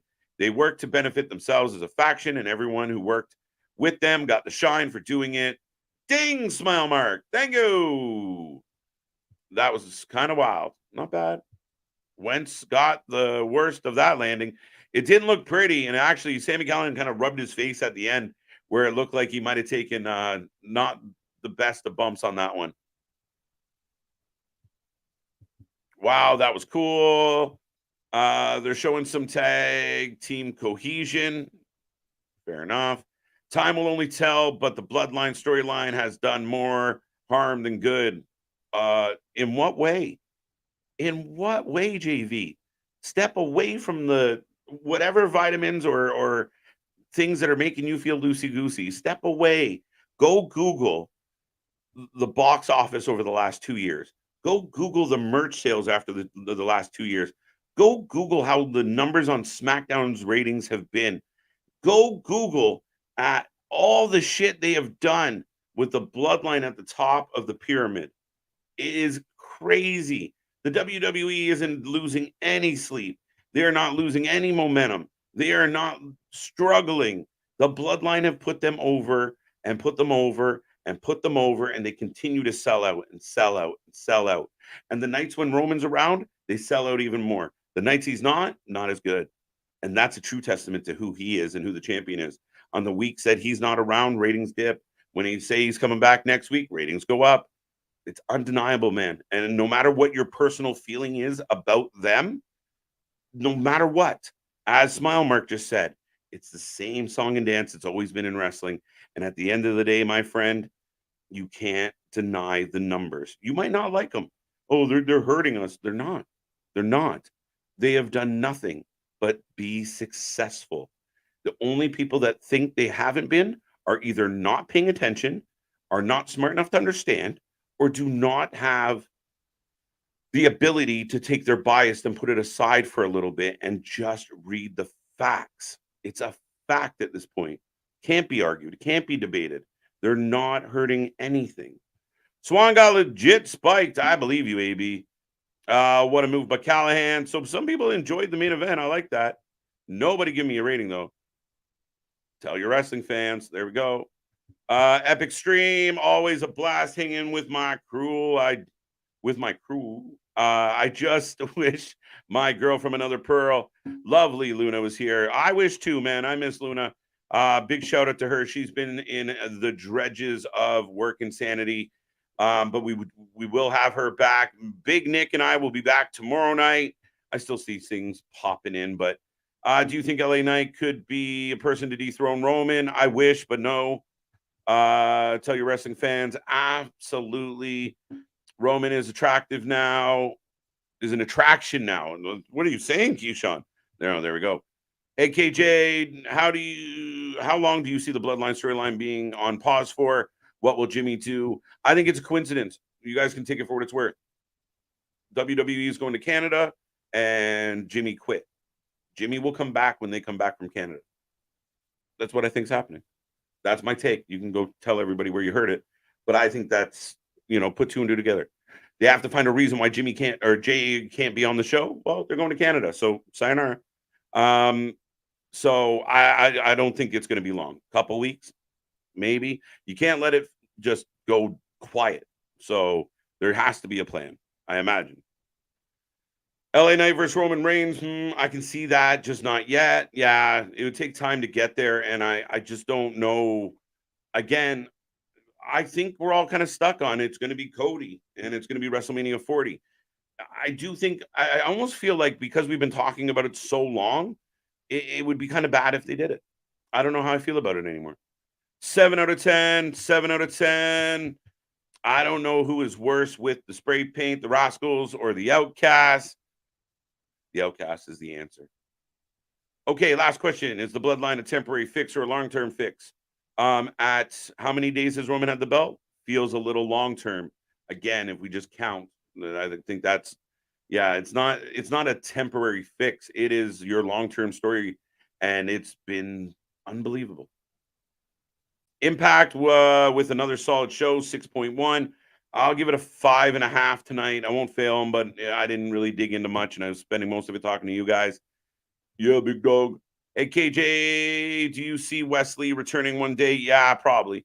It could be possible, but they're doing good things with Wesley in NXT, so who knows? But by the time you get back there, he might be former NXT champion, which we will find out.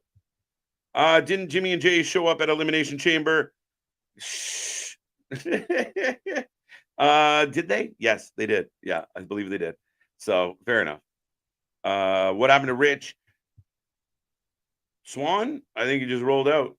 I don't know, but that's it, folks. That's all I got tonight.